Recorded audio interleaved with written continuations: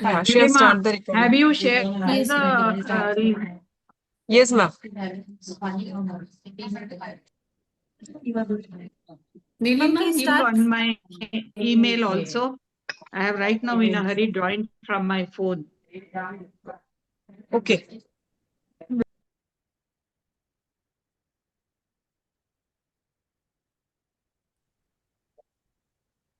Very good evening to one and all. It's my privilege to welcome each one of you for FOGSI ICOG certificate course on abnormal uterine bleeding. This is a 3-day course and it is starting from today. Before starting the program, let us invoke the blessings from Almighty God. I invite all the dignitaries to join for the lamp lighting.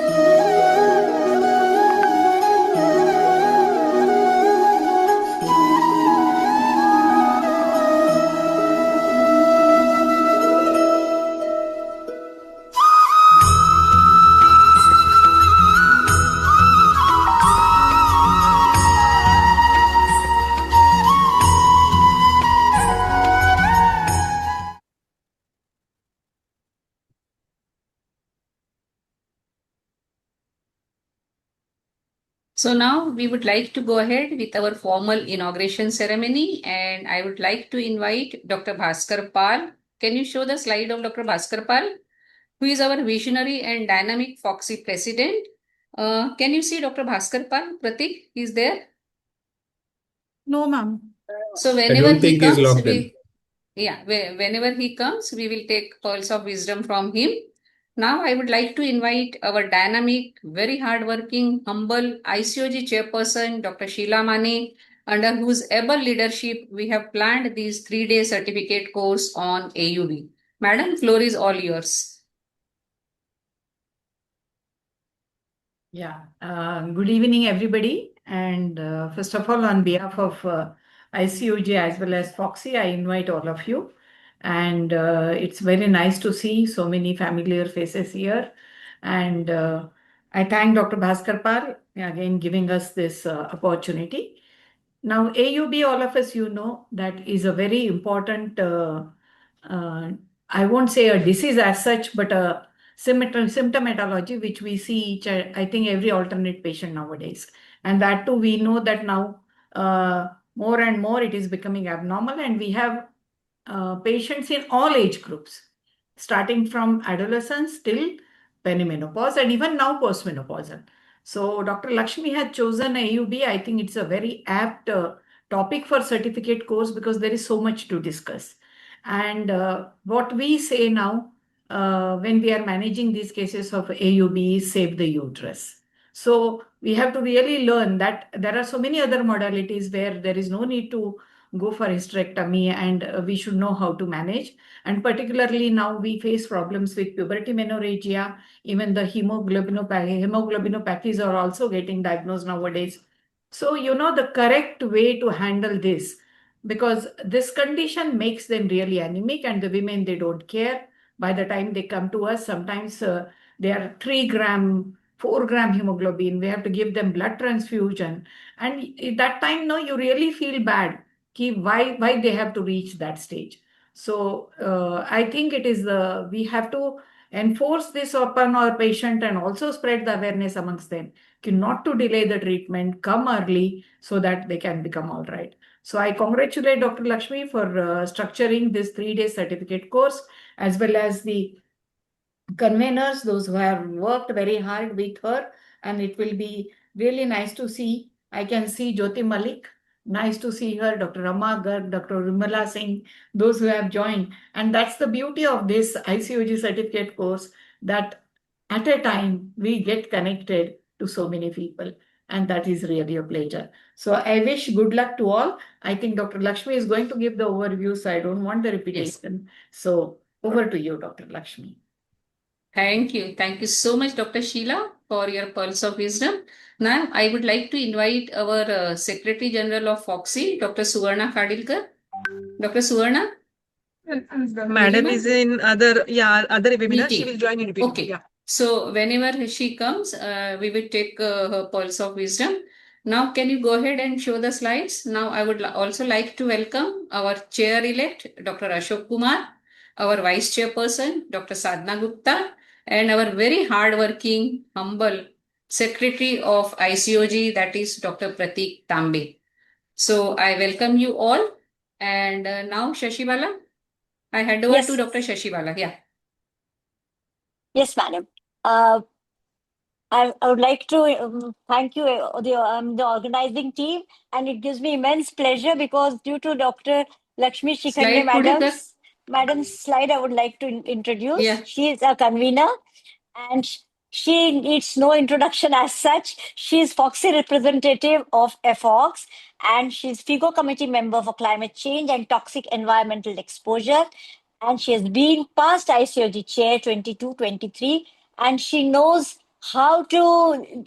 She's into academics, so I welcome Madam Lakshmi Madam to carry the program. Thank you, Dr. Shashibala, for kind words and that nice introduction. Friends, once again, good evening to one and all.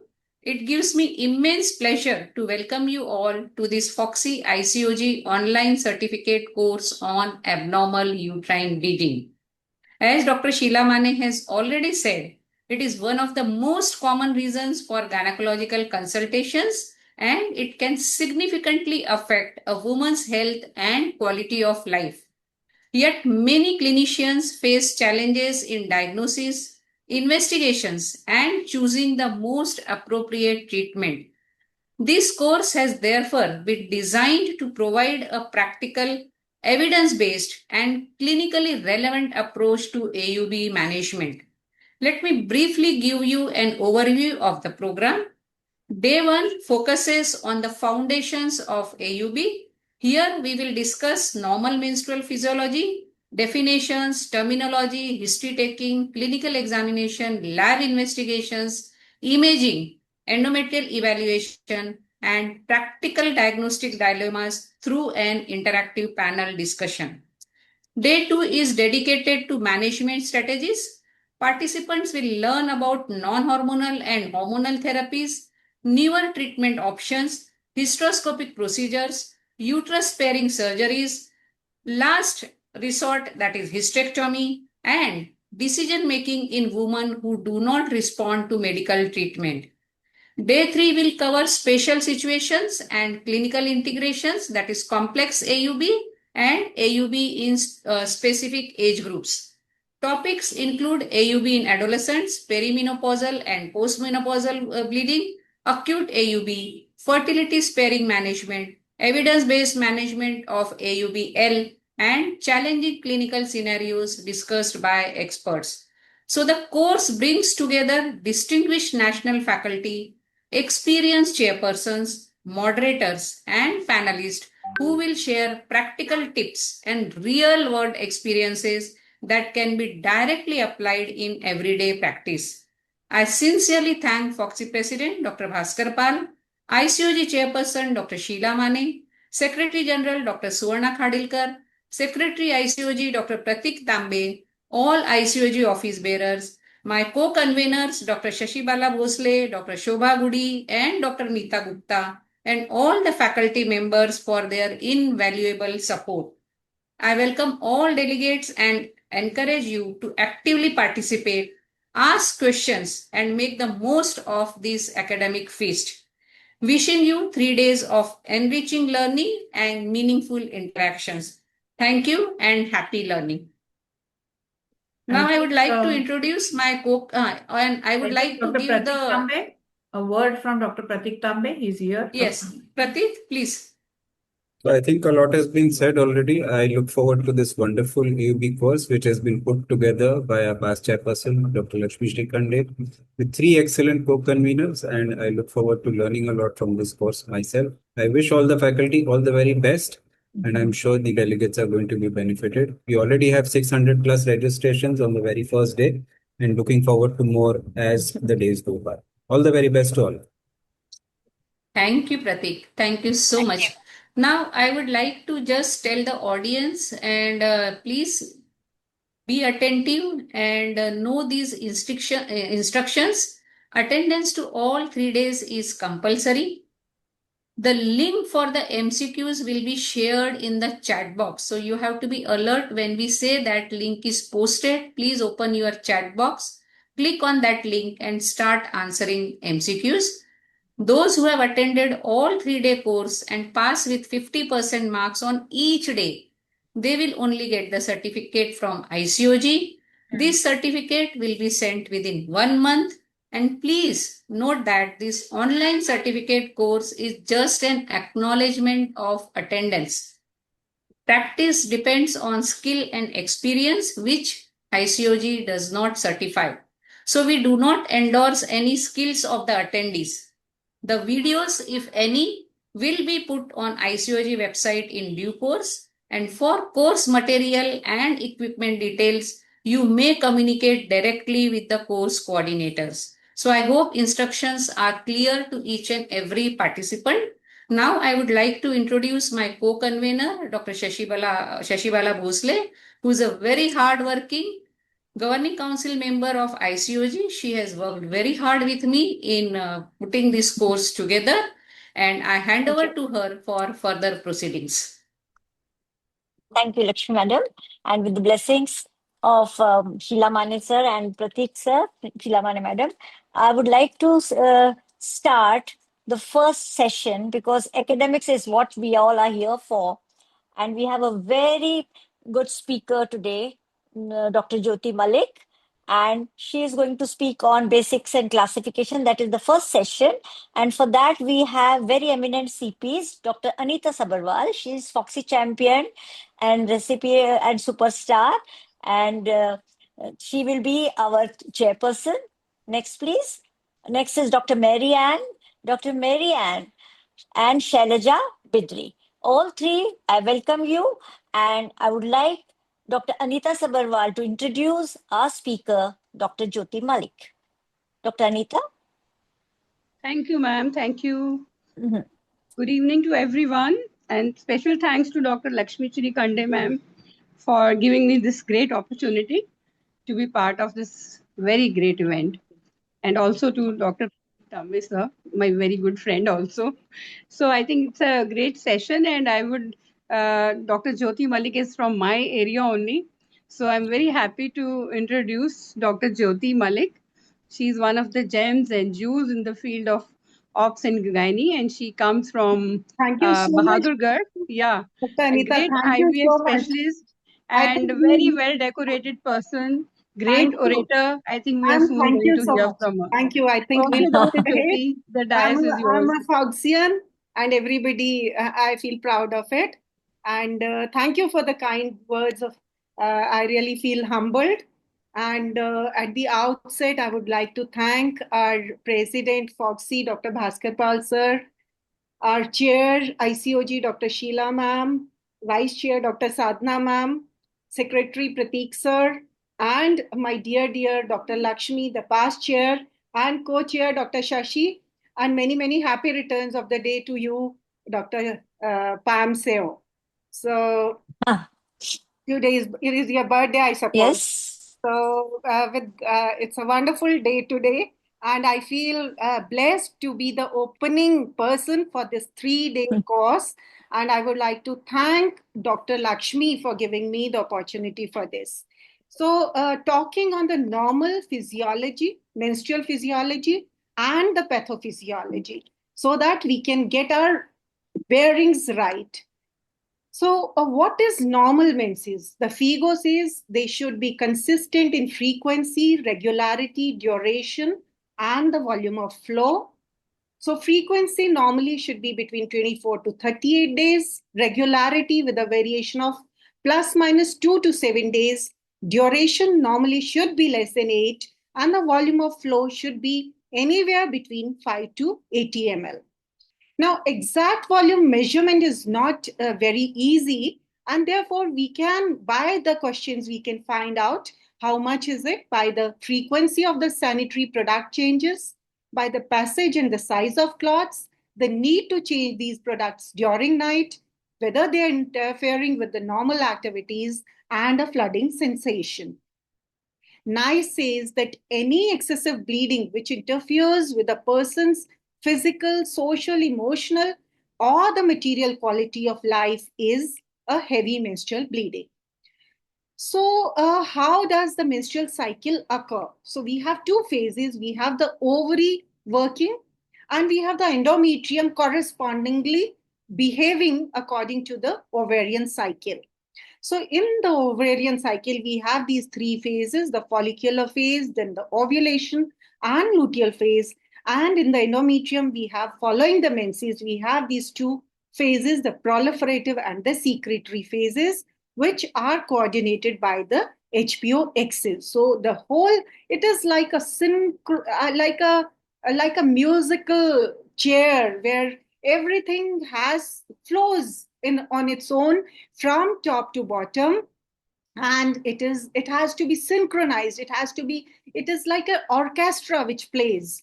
So it is the hypothalamus which secretes the GnRH. It is in a pulsatile manner. It acts on the anterior pituitary, releases FSH and LH. These gonadotropins act on the ovary and cause release of estrogen, progesterone, inhibin, and activin, which act on the target organs. And there is a negative feedback. This negative feedback remains in most of the cycle, and it inhibits the GnRH and the FSH-LH if there are moderate levels of these estrogen and progesterone. And for some time, there will be a positive feedback, that is at the time pre-ovulatory, when the GnRH will cause a release of LH. So there is a LH surge, and this triggers the ovulation. So once this HPO-Xs has started working, let's focus on the ovary. What is happening within the ovary at the cellular level? So this is the very important two-cell, two-gonadotrophin theory, where we have the theca cell, which has the LH receptors, which cause the conversion of cholesterol to androstenedione and progesterone. And some of this androstenedione then will diffuse into the granulosa cell, which have FSH receptors. And they convert this androstenedione to testosterone and then 17-beta estradiol. So these are secreted. This is E2, progesterone, and inhibin are secreted in the blood, which act on the target tissues like the endometrial cells and the cervical cells. So starting from the ovarian part of it, the follicular phase, what happens? There will be the recruitment of the follicles. FSH will stimulate the primordial follicles. They grow into immature, into antral follicles, and at least only one of them becomes the dominant follicle, which produces 17-beta estradiol and some bit of inhibin. And mainly, it is the dominant follicle which is producing most of this estrogen. Now, when these 17-beta estradiol and inhibin is produced, they provide a negative feedback so that the FSH levels are reduced and the non-dominant follicles begin to degenerate.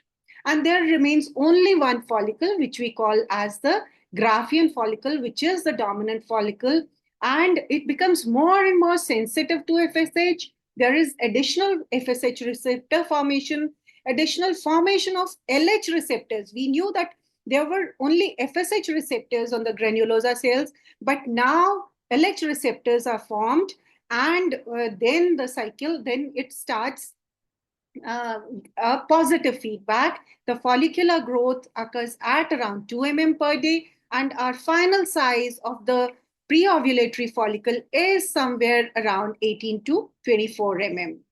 Now, this FSH-induced LH receptor formation prepares the dominant follicle to respond to the upcoming LH surge. So this is somehow something like this, which is happening, the primary follicle becoming an antral follicle, and then the dominant or the Graafian follicle, and the E2 is being produced. And then when the LH surge occurs, the ovulation is occurring.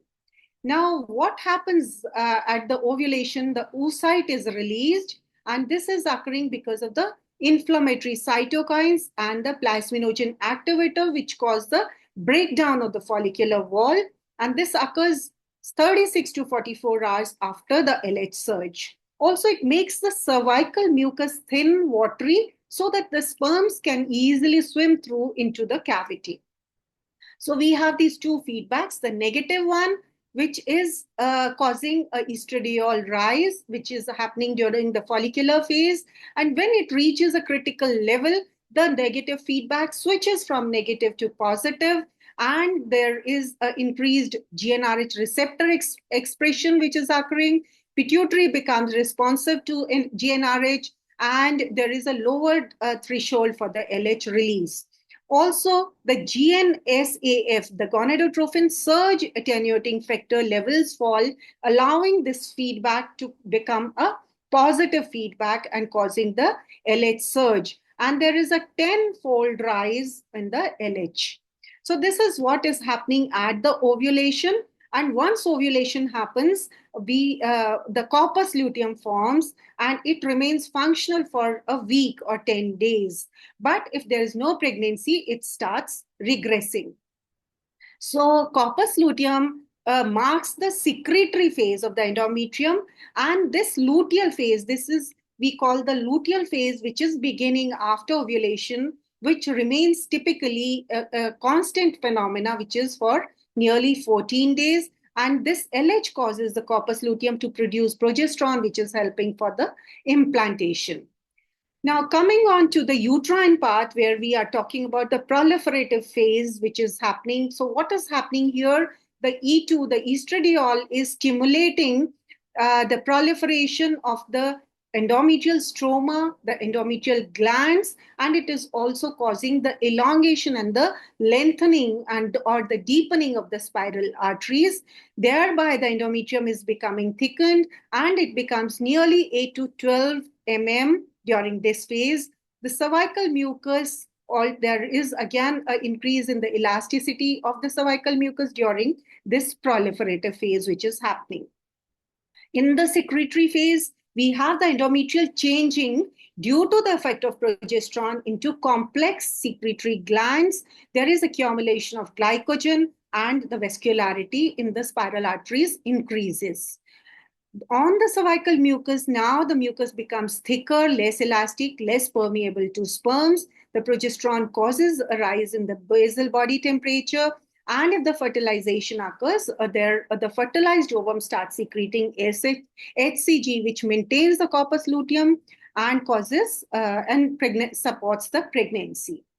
Now, if this does not occur, if the fertilization does not occur, this negative feedback removal occurs. There is the falling progesterone, which removes the inhibition on the hypothalamic GnRH, and there is a reset of the whole system once again, so that a new menstrual cycle begins. So this is what is really the pictorial part of what I've stated: the early proliferative phase causing the thickening of the endometrium, the glands are growing, the artery is becoming coiled, and in the secretory part, it becomes much more thicker, vascular, and secretory, and is ready for the implantation part.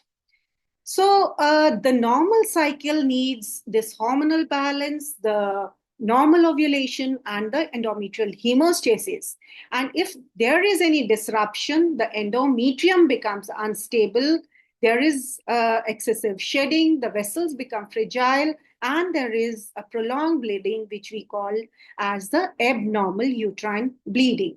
So what is the pathophysiology now of the abnormal uterine bleeding? So we should remember our palm and a coin, and a coin with the E in it. So these are basically, we have the causes into the structural part and the non-structural part.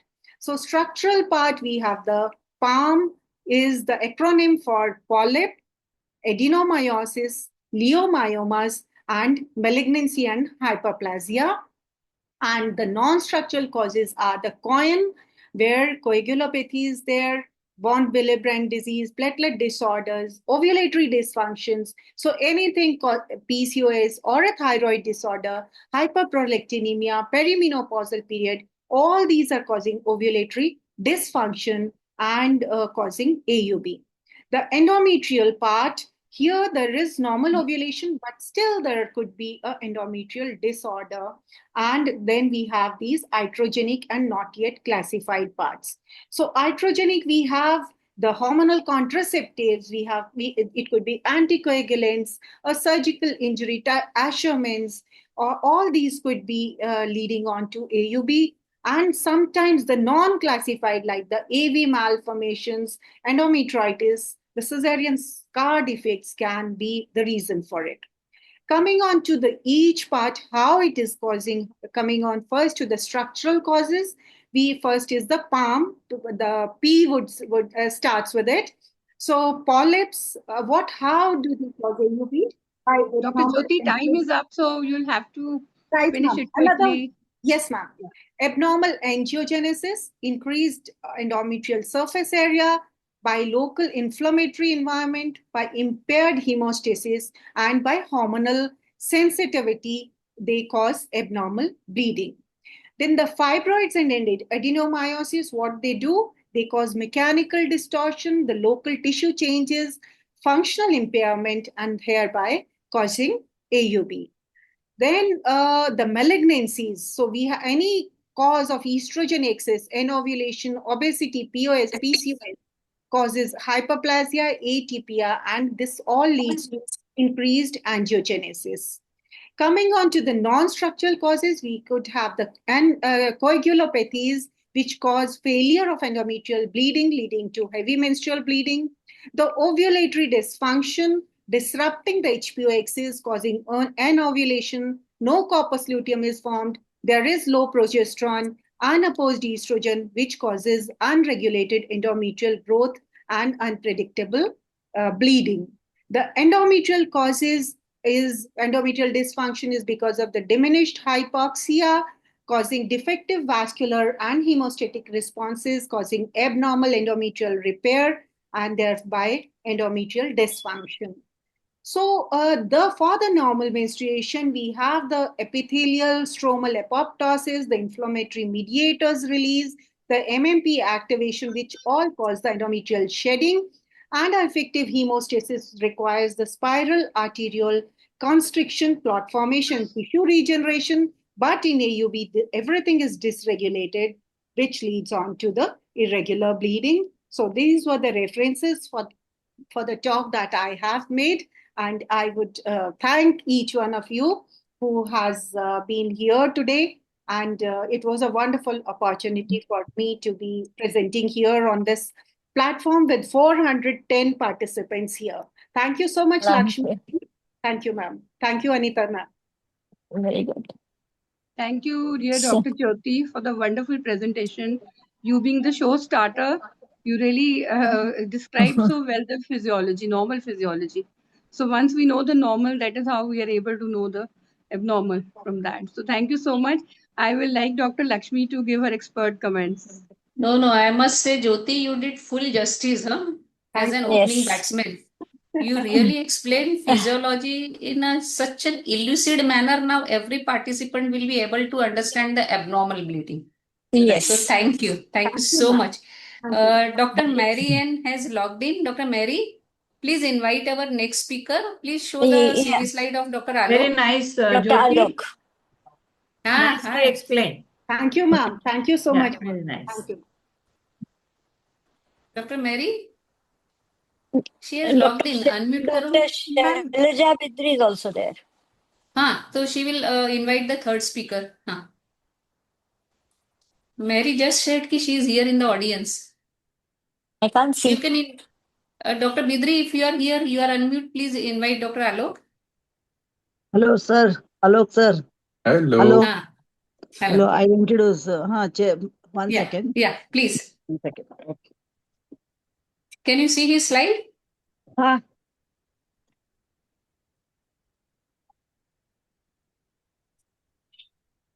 Shreya तब तक तुम doctor Mary N को ढूंढ के unmute करो.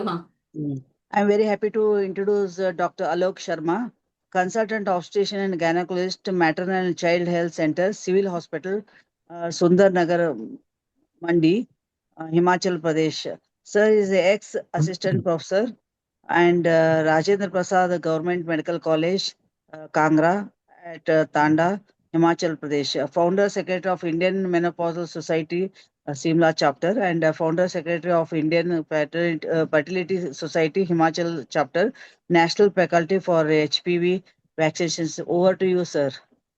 Thank you, Bidri ma'am. Thank you for the. Alok, you want me to share your slides? Please, ma'am. I'm Yeah, on. yeah, I will. Thank you so much. I will.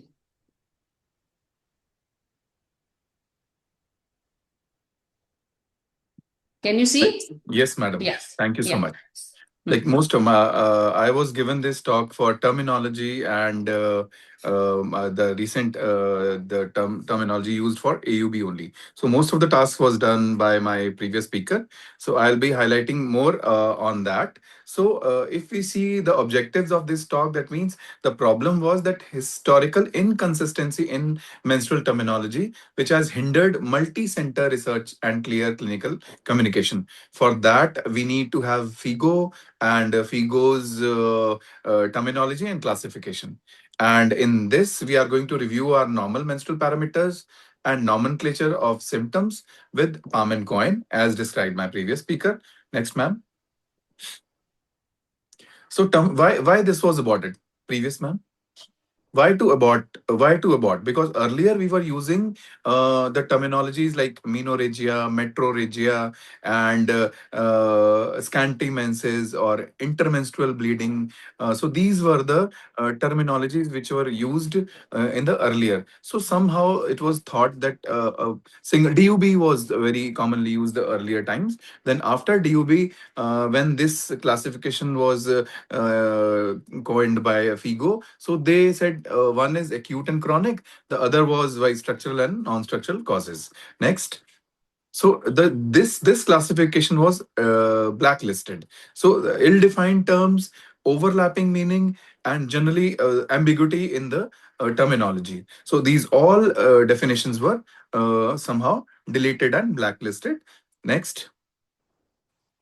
So any variation in the normal menstrual cycle parameters lasting for 6 months, it is chronic, or acutely when it is within a day is causing anemia. So it was defined as bleeding from uterine corpus that is abnormal in regularity, volume, frequency, or duration and occurs outside of pregnancy. So the application was strictly applies to non-gravid women of reproductive age. FIGO categorized AUB into two main systems. So next. So FIGO system 1, it was clinical description in which the bleeding pattern by its primary characteristics, that is frequency, duration, regularity, and flow volume. So frequency was, again, it has to be 24 to 38 days. Duration should be less than 8 days. Regularity should be, again, it should be variability of cycle length over a 6-month period, and flow volume should be amount of the blood loss. Next. So, and in the FIGO system 2, that means PALM-COEIN. PALM was structural causes and COEIN was non-structural causes. So in structural causes, it was PALM, PALM, P. polyp, adenomyosis, leiomyoma, fibroids, commonly known as malignancy, and hyperplasia in M. And non-structural causes, we got COEIN, that is coagulopathy, bleeding clotting disorders, ovulatory dysfunction, endometrial disorders, iatrogenic, and not otherwise classified if they are not classified in any of the above terminology. Next. So this was again structural causes, one showing PALM, the other showing COEIN. PALM is polyp, adenomyosis, leiomyoma, malignancies. In this, the subclassified was submucosal and others when leiomyoma was there. Rest was COEIN, coagulopathy, ovulatory dysfunction, endometrial, iatrogenic, and not yet classified. Next. So the palms, we've got structural, that is first is polyp, which is endometrial or endocervical epithelial protrusions noted on saline infusion sonography or hysteroscopy. Adenomyosis is diagnosed via validated sonographic criteria, MUSA or MRIs. Leiomyoma subclassified by location because submucosal variants drive heavy menstrual bleeding. In that, we have got, as I stated earlier, submucosal and others. So submucosal was either L, leiomyoma SM, or leiomyoma others. So either they were submucosal, which distorted the uterine cavity, and others means either they were intramural or subserosal. In malignancy, it was endometrial atypical hyperplasia or carcinoma, which always required histopathology. Next.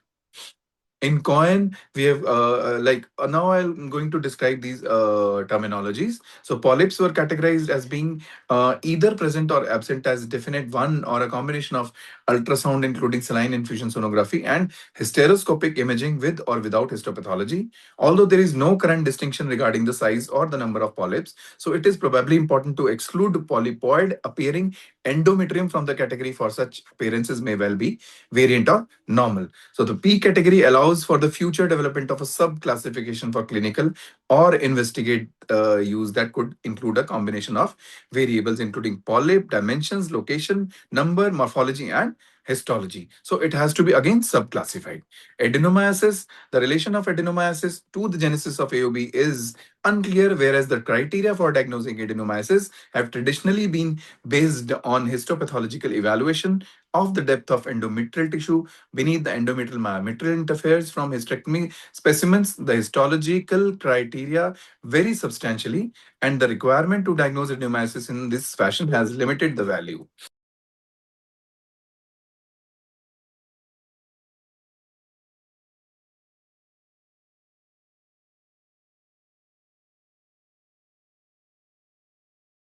Hello? Hello?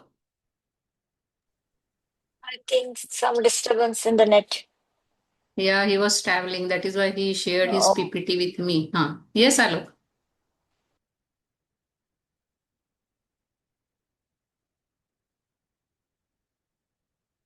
Ma'am disconnect हो गया है sir का अच्छा. Join. Share join. Zara join, just make you host. फिर से उनको बनाओ को होस्ट. हाँ. आलोक sir Hello, I'm here. Ah, yes, Alok, we can hear you. Please go ahead. Next, ma'am. Next slide, please. Yeah.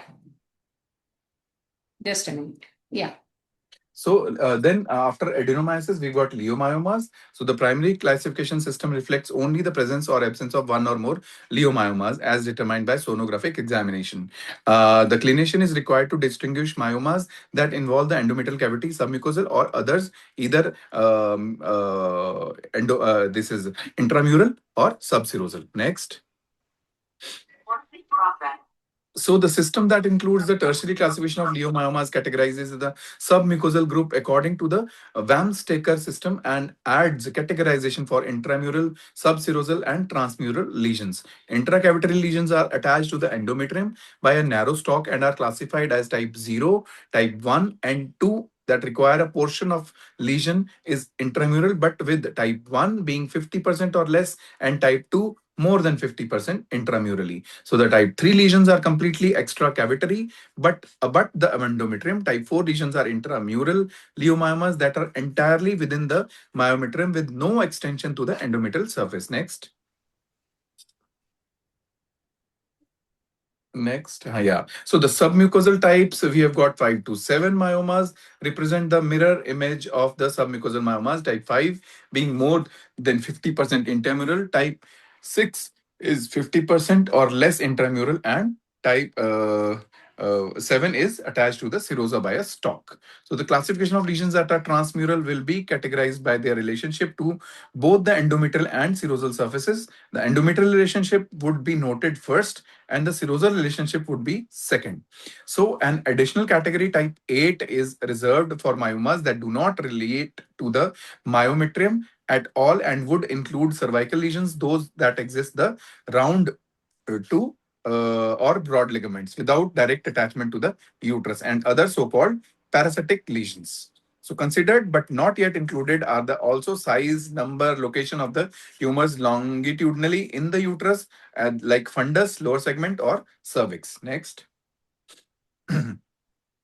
So So this is again the pictorial description which has been described by me. PALM-COEIN, submucosal and others. Submucosal we got 0, 1, 2. Others we got 3, 4, 5, 6, 7, 8, and hybrid leiomyomas as described by me. Second, next.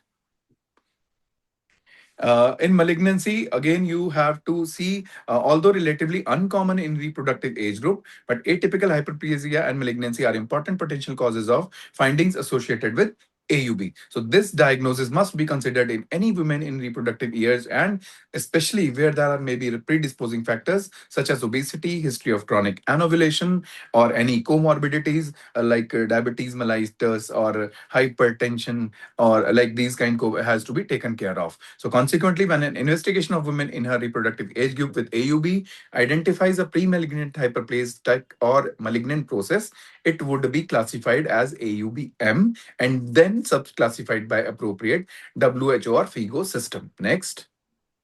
COEIN, these are non-structural etiologies. First is coagulopathy, C for COEIN, C for coagulopathy. Systemic disorders of hemostasis, most commonly is Willebrand disease. Ovulatory dysfunction is the next O. Anovulation or luteal phase deficiency manifest as unpredictable, irregular cycles as seen in PCO or PCO during or perimenopause. Endometrial, we have got primary endometrial dysfunction is predictable ovulatory cycles, altered local vasoconstrictors or fibrinolysis. The iatrogenics, as told by earlier also, madam, the earlier speaker, caused by exogenous medications like copper T could be there, continuous progestins could be there, or some psychotropic drugs affecting prolactin. These can also cause the iatrogenic causes of AUB. The N is not classified, and in coagulopathy, just to describe, next. So this is heavy menstrual bleeding. Since menarche, it could be one of the following. If it is secondary, it could be PPH, surgical related bleeding, bleeding associated with dental work, 2 or more of the following symptoms: bruising, epistaxis, frequent gum bleeding, family history of bleeding symptoms. So these are the things which are to be classified in coagulopathy. Next. Ovulatory disorders, as I told you again, either it is due to luteal phase insufficiency or luteal out of phase events, or it could be PCO or during perimenopause. Next. Endometrial causes, again, these are the occur in the context of predictable and cyclical menses, suggestive of normal ovulation, absent other definitive causes. So the mechanism is likely a primary disorder residing in the endometrium, with the symptom is heavy menstrual bleeding. Next, ma'am. Iatrogenic causes, copper T and the drugs enlisted, as I told. Next. So not classified. If we are having no classification, then we have to see that they are not classified, not fit anywhere. So it is like that. They are not classified, not fit anywhere. Next. Then we have got notations also. It has got the sub to sub classification. Next. Next, ma'am. In this, you are seeing A and B pictures, like we have got P, A, L, M. You just have to write PALM-COEIN and whatever, if like TNM classification, this classification is also Sorry followed to somewhere. interrupt you, sir. Your time is up. Okay. Just ma'am, 1 minute. And next, ma'am, please. So this was the sub classification. Next, ma'am.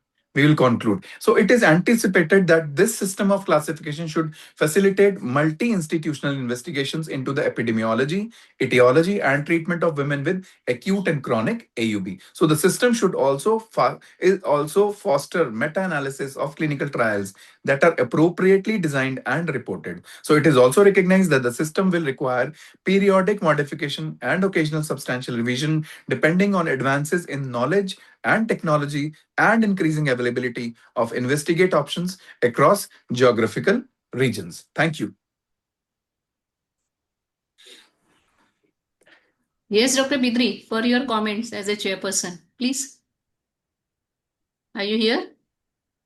Alok, it was a fantastic talk. I know it was very difficult, me sharing the Dr. slides Vidri? and you are speaking on those slides, but your content was absolutely fantastic. Thank you, ma'am, and thank you for the opportunity, Lakshmi, ma'am.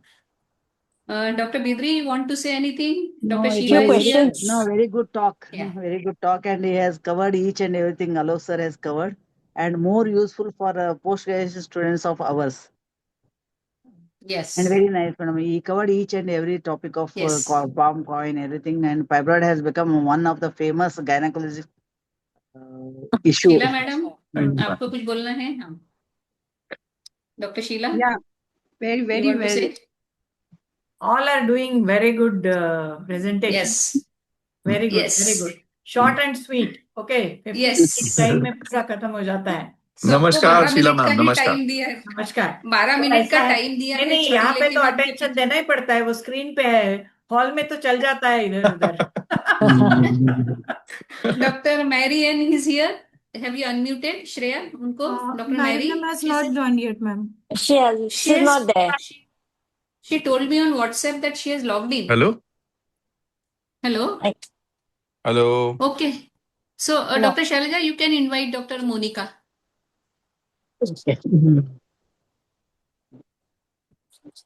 Hello. Hello. One हाँ. second. Doctor Selja आपको दिख रहा है One slide? second, one second. हाँ. Hello. Can you hear me? Yes, yes, yes, please.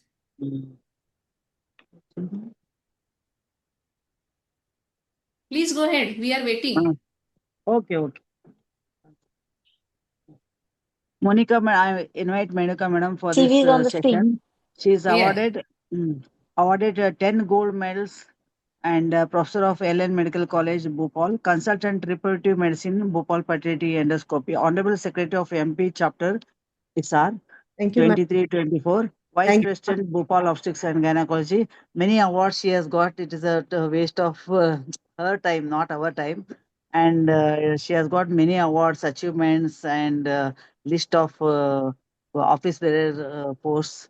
And I invite you, madam. I don't want to waste your valuable time and others also. Thank you. Over to you. Thank you so much, madam. At the outset, I would like to thank the FOGSI ICOG online certificate course on abnormal uterine bleeding under the able leadership of Dr. Bhaskar Pal sir, Dr. Sheila Mane madam, Dr. Ashok Kumar sir, Dr. Sadhna Gupta madam, Dr. Suvarna Khadilkar madam, Dr. Pratik Tambe, convener and past ICOG chair, Dr. Lakshmi Sri Khande madam, and co-convener for today, Dr. Shashi Bala Bhosle ma'am, GCM. So I would like to take the series of talks forward from here, where Dr. Alok Sharma has stopped. I'll start now. Sorry. Okay, I'll end this show. I'll come back to the first slide. So I was given, I'm so sorry, this is another presentation. So let's stop this. Give me a moment, please. There were multiple presentations open.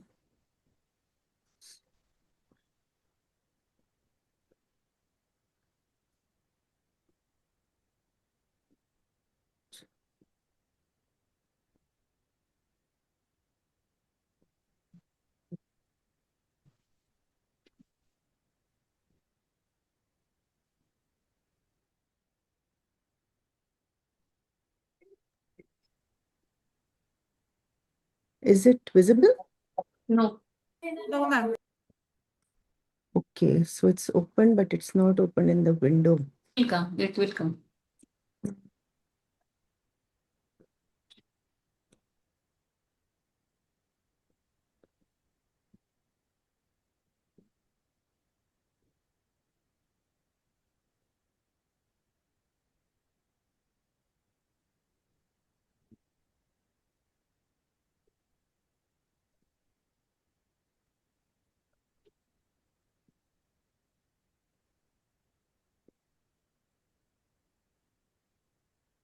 Can you see the slides now?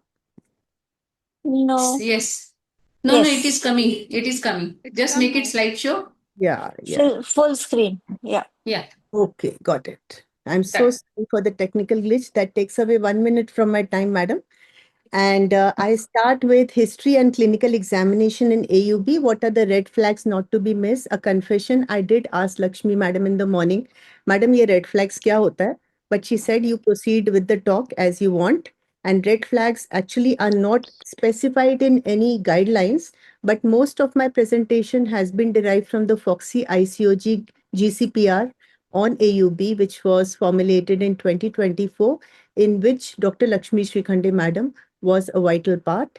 So first we start with understanding abnormal uterine bleeding. The pathophysiology and the nomenclature has been dealt with. So this is the most common gynecological condition in females, encompassing both heavy and irregular menstrual bleeds.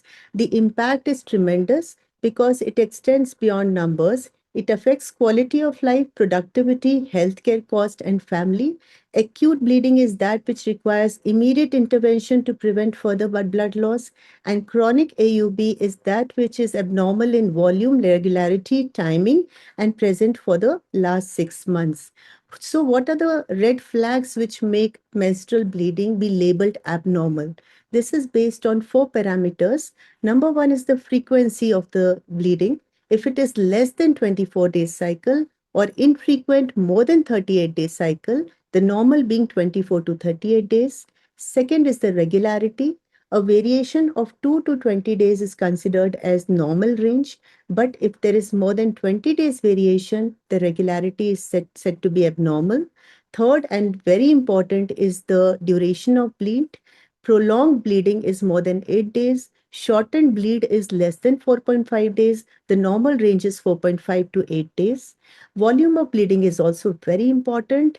Heavy bleeding is more than 80 ml per cycle. Light bleeding is less than 5 ml per cycle. The normal range being 5 to 80 ml. Values outside the accepted 5th to 95th percentiles indicate abnormality according to the FIGO recommendations. PALM-COEIN classification has been classified beautifully. This acronym is there to stay. Here, the PALM components are the structural components which are assessed visually, either by imaging or histopathology. COIN are the non-structural components. This is a wonderful visual depiction on the left side of the structural causes of polyp, adenomyosis, leiomyoma, malignancy. And on the right side, we have the non-structural causes, coagulopathies, ovulatory dysfunction, endometrial causes, iatrogenic causes, and the not otherwise classified. How were these recommendations formulated, and what were the red flags we were looking for when the guidelines were formed? So a review of literature was conducted, and all the existing guidelines of FIGO, NICE, ACOG, and RCOG were reviewed. Then the expert panel sat down and identified the variability in reproductive profile of Indian women as compared to the Western population. We have got difference in racial, socioeconomic, and cultural features that necessitated an India-specific recommendations for our women. So we come to the history and initial examination if we want to go to the indicators and the red flags. Number one, abandon the old terminology and use the PALM-COEIN classification uniformly for the diagnosis of AUB, and the transition is not difficult at all. We all have done it. This is a grade A level 4 recommendation. Next, a thorough history and examination is mandatory. This directs the need for further investigations and treatment. The examination will note down the weight of the female, pallor, thyroid, breast examination, acne, hirsutism, abdominal examination, per speculum, and per vaginum examination. A grade A level 4 recommendation and a medication history is very important. You have to obtain information, even you have to probe to do so, about concomitant medications that may be causing AUB. This is a grade B level 4 recommendation. Next, we come to laboratory testing. So the guidelines have made it very simple, wherein we can pick out abnormalities easily. A complete blood count is recommended for all women with AUB. A thyroid stimulating hormone test, TSH testing, is recommended for all women with AUB. A sensitive urine pregnancy test is used whenever indicated or when pregnancy is suspected. And the coagulation panel consisting of bleeding time, platelet count, PT, and PTT should be done in all adolescents and adults with positive coagulopathy screen. Other factors to be tested in consultation with a hematologist. So, what are the red flags for coagulopathy? A positive screen for coagulopathy is indicated by any of the following. Either this female has got heavy bleeding since menarche, plus one of the following: PPH history, surgery-related bleeding history, or bleeding associated with dental work. Or she has got two or more of the following symptoms: bruising, equal to or more than 1 times per month, epistaxis equal to or more than 1 time per month, frequent gum bleeding, or family history of bleeding symptoms. This structured history-based instrument is 90% sensitive for detecting coagulopathies in women with heavy menstrual bleeding. The imaging investigations have also been laid down for us and made very easy. An ultrasonography is mandatory to evaluate uterus, adnexa, and endometrial thickness, TVS being the first line imaging study except in adolescents. This is a grade A level 1 recommendation. Doppler is indicated wherever you are suspecting the not otherwise classified causes of AUB in the COEIN variety, that is AVM, malignancies, or to differentiate fibroids from adenomyomas, because both fibroids and adenomyomas have got very distinctly different vascular network on a Doppler. Hysteroscopy is an added tool for intrauterine abnormalities such as endometrial polyps and submucous fibroids, and 3D ultrasound is done for myometrial lesions. SIS or saline infusion sonography is done for suspected intracavitary lesions. These are also recommendations with their grade and scientific data backing it. So coming to AUB in adolescents, a diagnostic evaluation must be performed before treating or before starting treatment in an adolescent child, which is aimed at determining the severity and the etiology of the condition.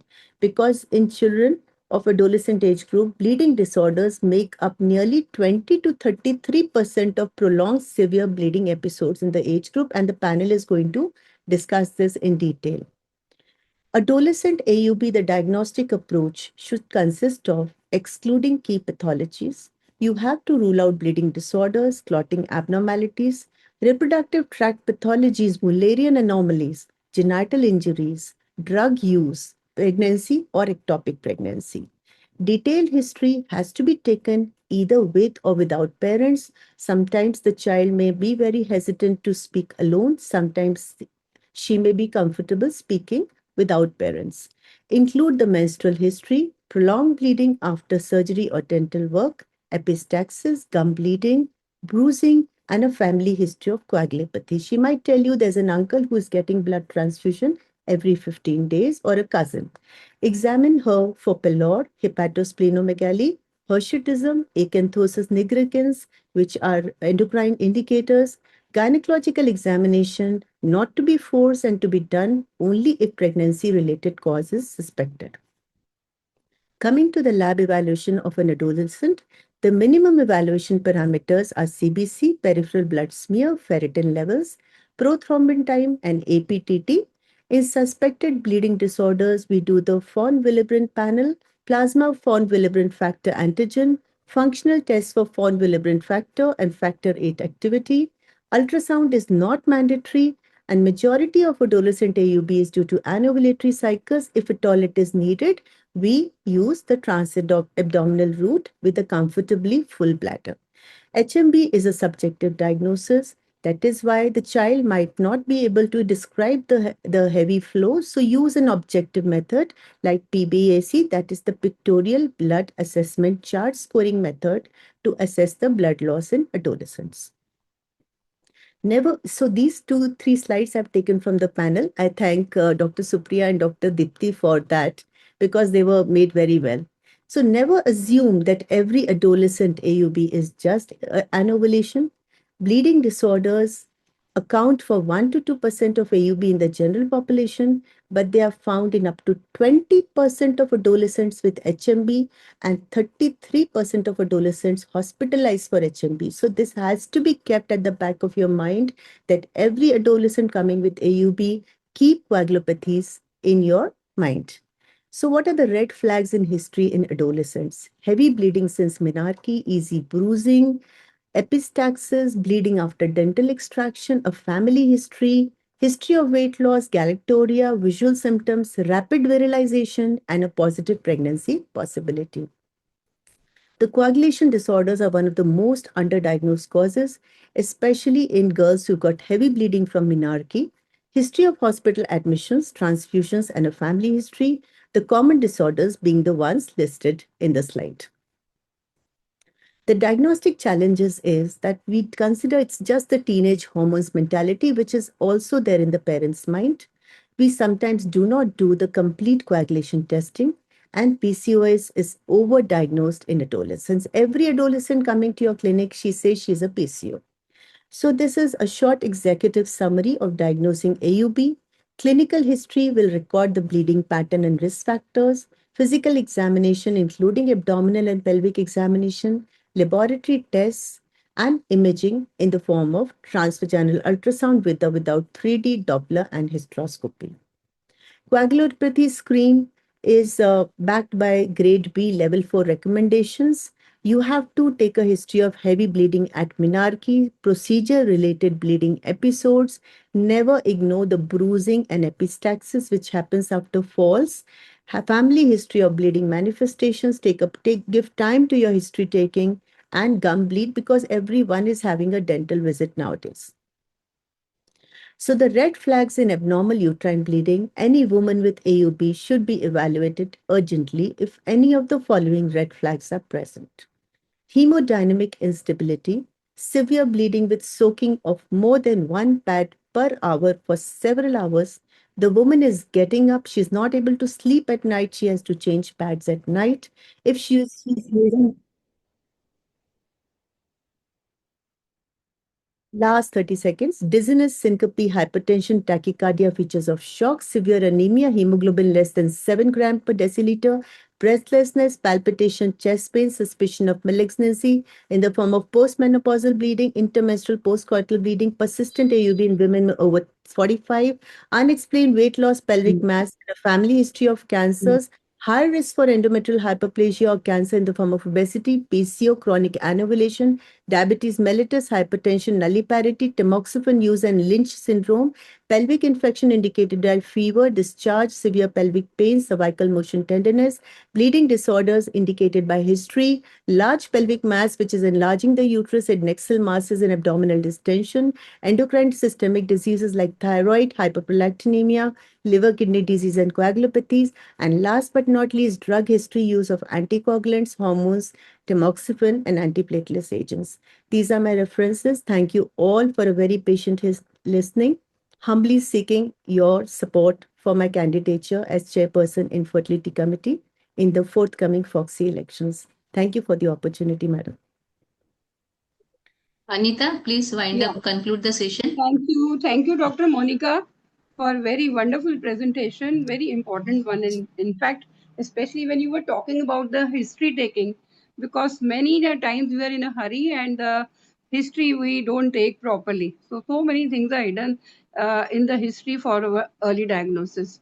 And of course, the clinical examination and investigations, everything. So each and every speaker in this session, right from Dr. Jyoti Malik, then our own Dr. Alok, and then Monica, everybody has covered it very nicely, right from the basics of physiology, pathophysiology, and then the definitions and all the new terms, terminology, and again, how to diagnose and how to manage.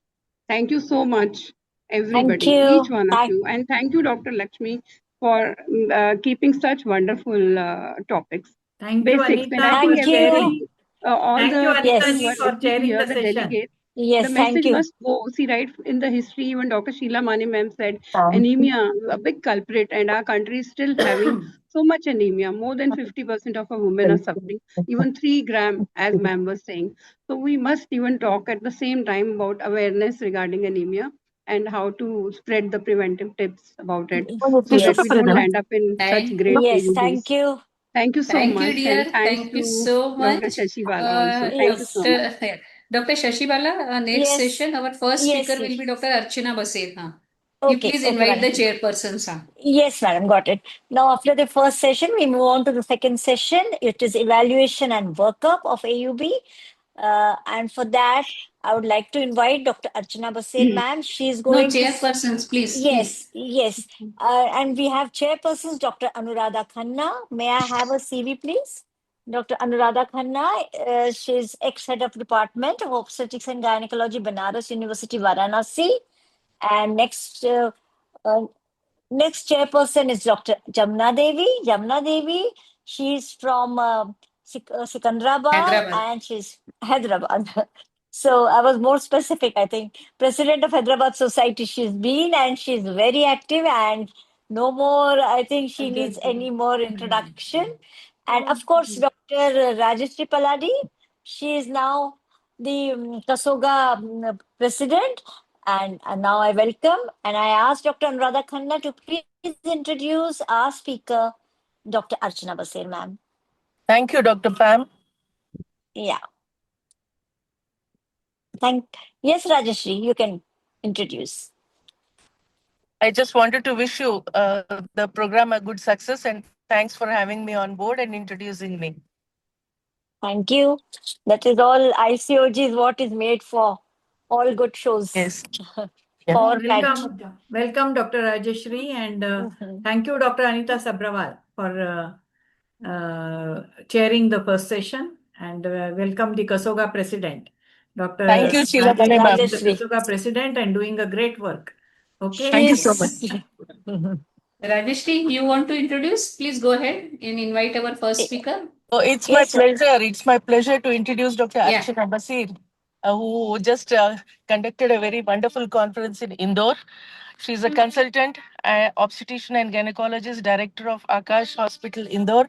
Her present positions are she's been the vice president of FOGSI 2020, chairperson MP ISAR 2025 to 27, currently holding the post, a fellow representative of AICC RCOG West Zone, joint secretary of ISPAT 2025 to 27, and organizing secretary of the AICOG 2021 Indore. She has held a variety of positions doing great academic work, and as a chairperson of FOGSI Imaging Science Committee in the year 2015 and 17, organizing secretary of ISAR 2018 and managing committee. Pride of MP. Yes. Yes. Definitely. And imaging science member of FOGSI and Imaging Science Committee Chair of CEFOG, a very prestigious institute. So it's my pleasure to introduce Dr. Archana Basil, who has been an exemplary leader from the state of MP and doing a wide range of activities in the academic, in the infertility, and in the ultrasound field. Over to you, Dr. Archana.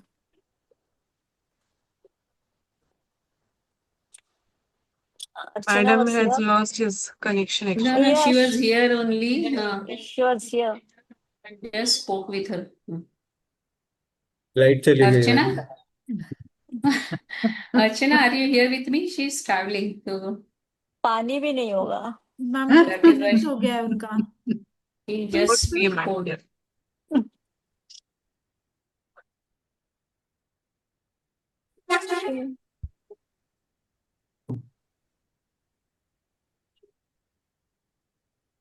We have the next speaker. We can go ahead with the next speaker. Yeah, I think we can take the next Yeah, Because we we're can already have. running a little late. Yes, Aditi is there.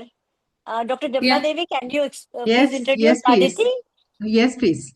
Thank you so much, Dr. Sheila and Dr. Lakshmi, for inviting us. And it's a wonderful program for all of us learning back again. Not only the PGs, I think. And we all have to learn. May I have the CV of Aditi, please? Welcome, welcome, Jamuna. Yeah, thank you. Can I have CV of Aditi, please? Yes, Aditi, she's consultant Rathod nursing home, Jaora. You call it as Jaora? Secretary Ratlam Obstetric and Gynecological Society. She's a diploma in hospital management and she has received PMSMA award, faculty at national and international conferences, member organizing committee AMP POGS 2018, special interest high risk obstetrics and ultrasound midlife management and public awareness of health. Over to you, Ziti. We are just waiting for you to listen to you. Thank you so much, ma'am. At the outset, I would like to thank Dr. Bhaskar Pal sir, Suvarna Khadekar ma'am, Sheila Mane ma'am, Dr. Sadhana Gupta ma'am, and Pratik Tambe sir for giving me the opportunity. I would like to thank the conveners, Dr. Lakshmi Shikhande ma'am and Shashibala Pam ma'am for having me here, and a very, very happy birthday to Pam ma'am. Oh, happy birthday, Pam. So I would share with the permission of the chairpersons, Anuradha Khanna ma'am, Jamna Devi ma'am, and Rajshri Paladi ma'am, I would like to share my screen.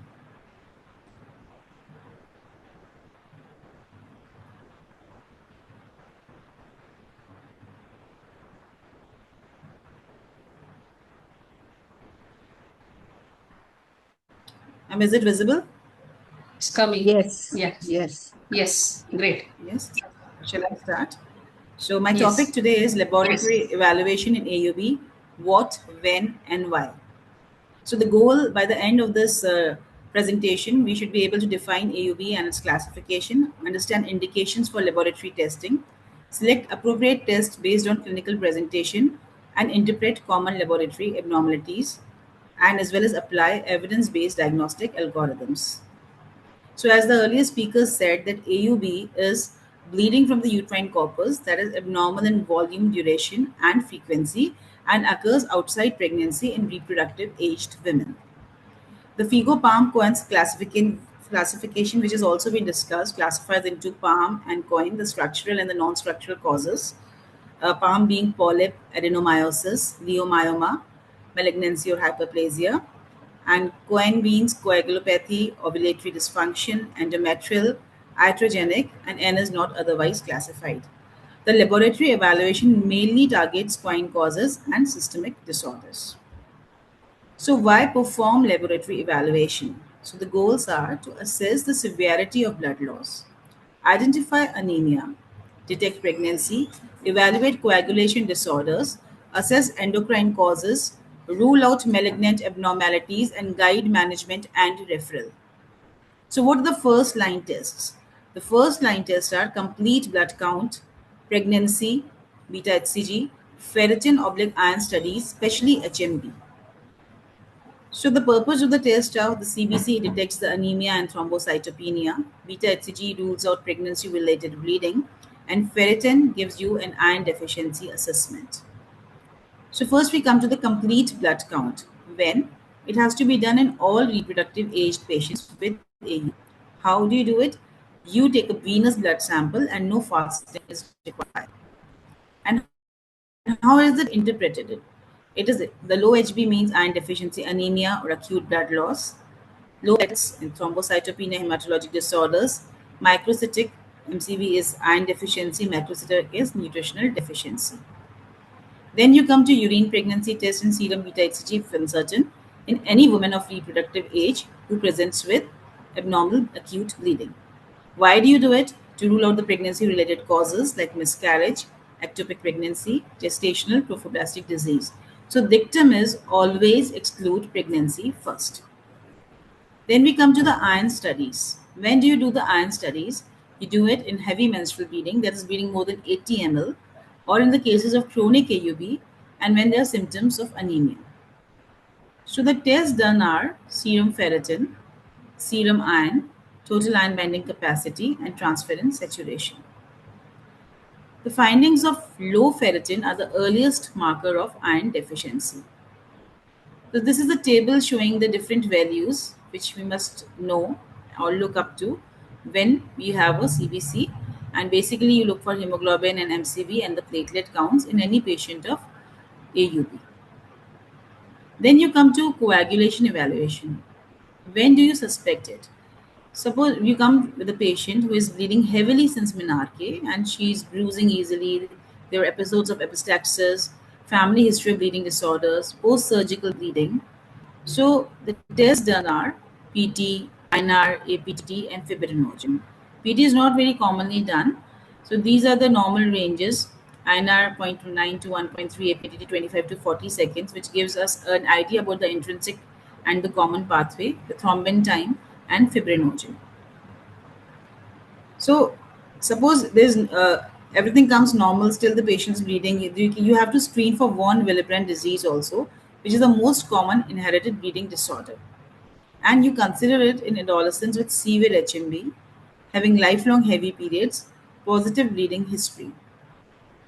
So these are the various tests which are done: the von Willebrand factor antigen, the WF activity, which is measured by the ristocetin cofactor activity and collagen binding activity, and if the value is less than 30, it is diagnostic of von Willebrand disease.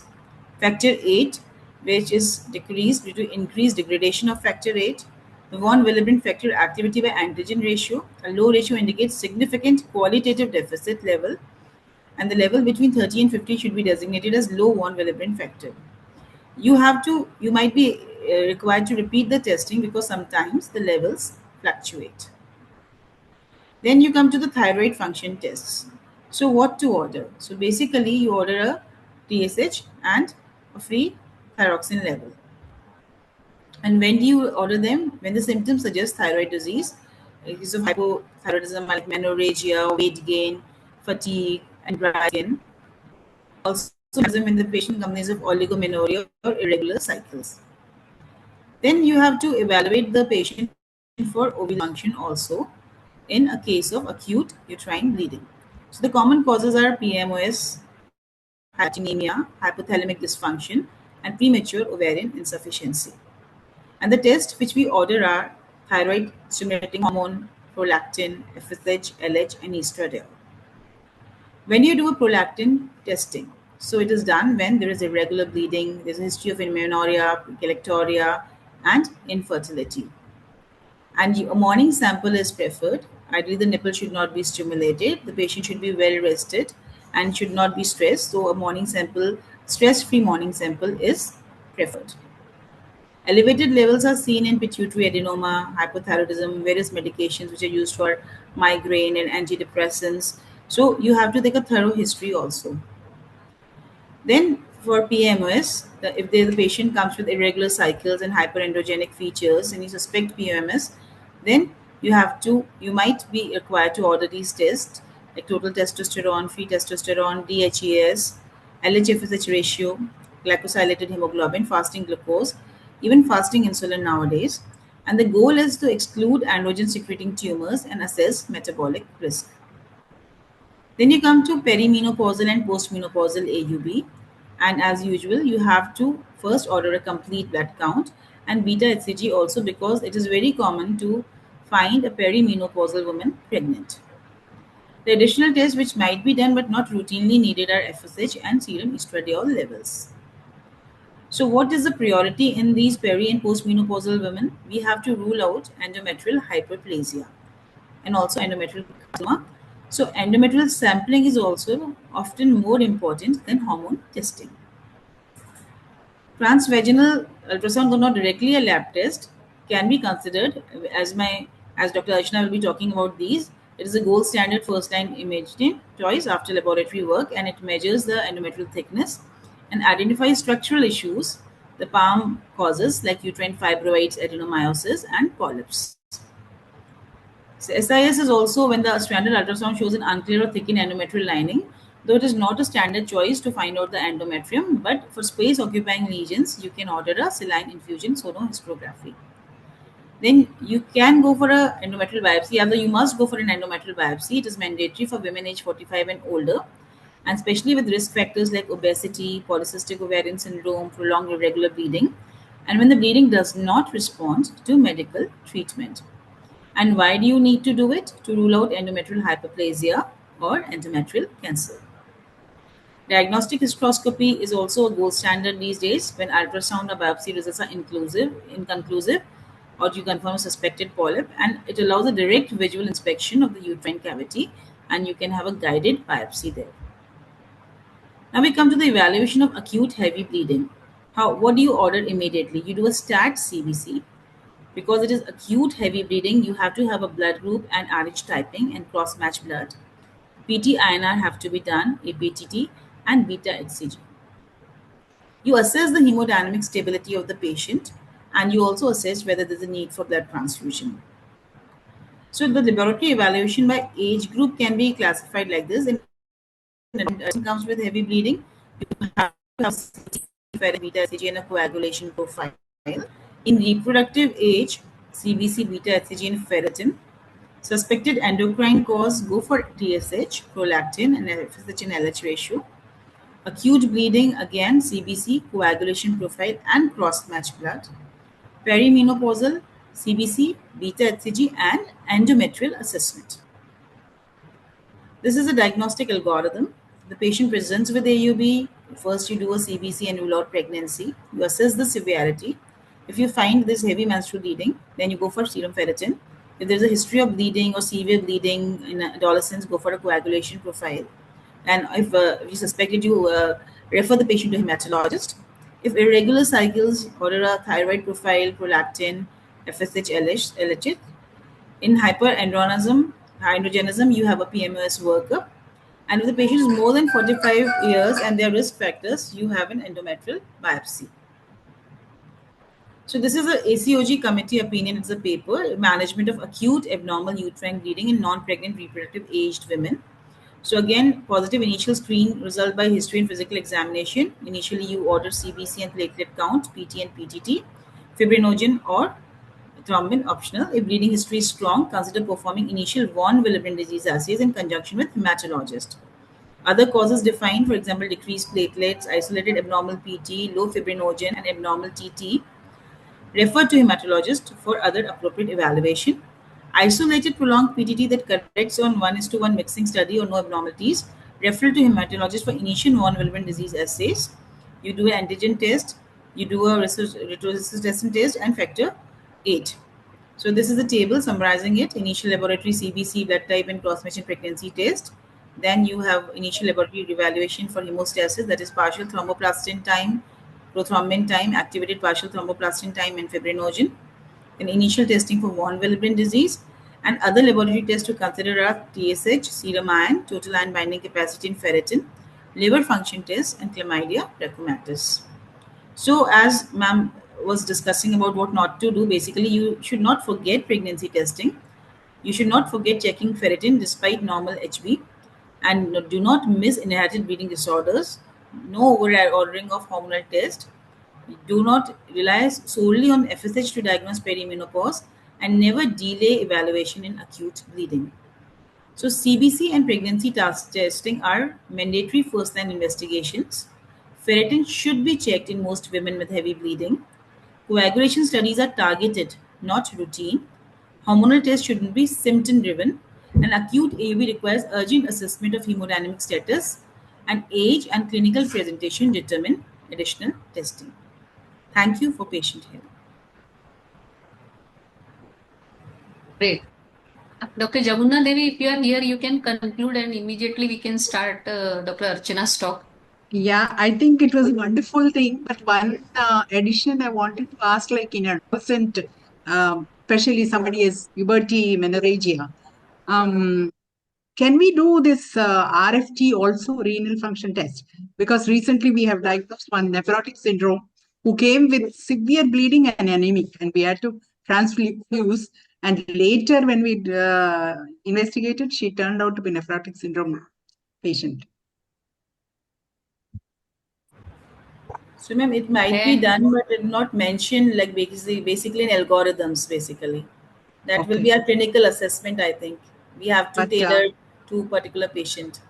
Yeah, I think we have to look into that. Thank you so much, Aditi, and you have done a very wonderful topic. Yeah. And I think we have Archana, you can Thank you so much. Dr. Yamuna. Thank you. Thank you, Aditi. Can I be allowed to Good share job. my? Yes, Archana, please start, and Aditi, please answer all the questions in the chat box. Aditi, Can you see my screen, Dr. Lakshmi? make it full screen.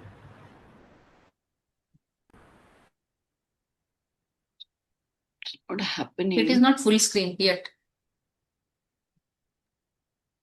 Yeah. Yes, great. Is it okay? Yes. A very good evening to everyone.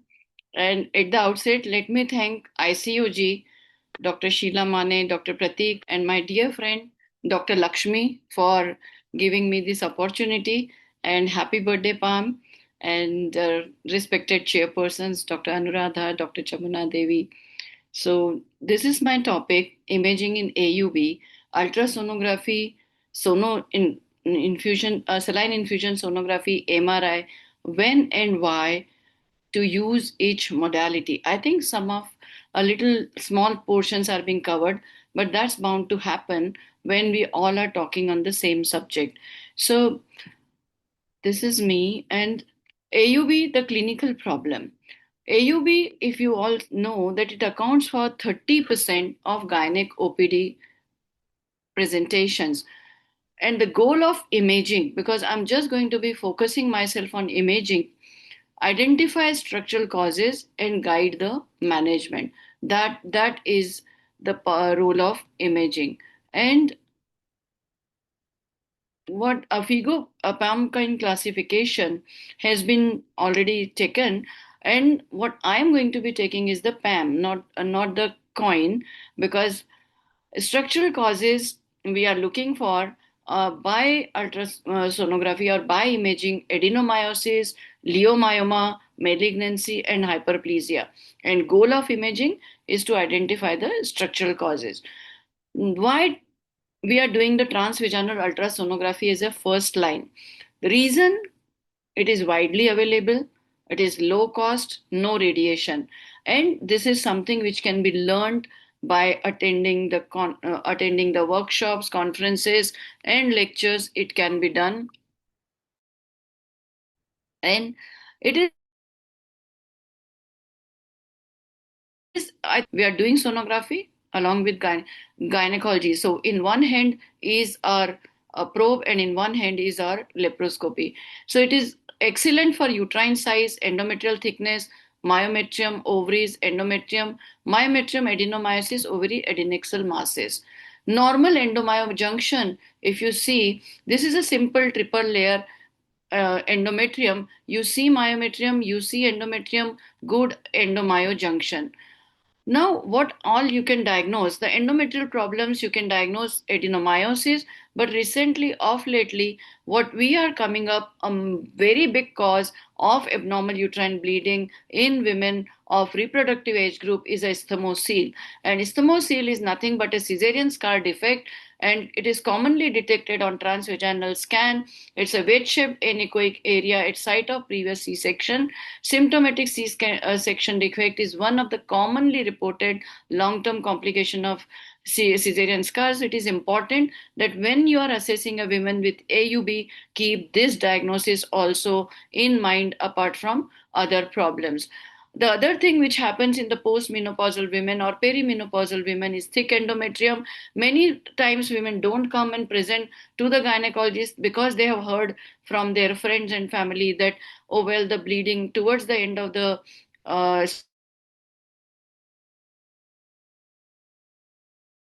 spectrum, it is our duty and it is important that we ask women to come for the checkup even if they have irregular bleeding, maybe scanty bleeding. So this is thickened endometrium. And for thick endometrium, we have international endometrial tumor analysis, terminology in women with postmenopausal bleeding, sonographic endometrial thickness around 4.5 millimeter, agreement and reliability still thing. So what does it say?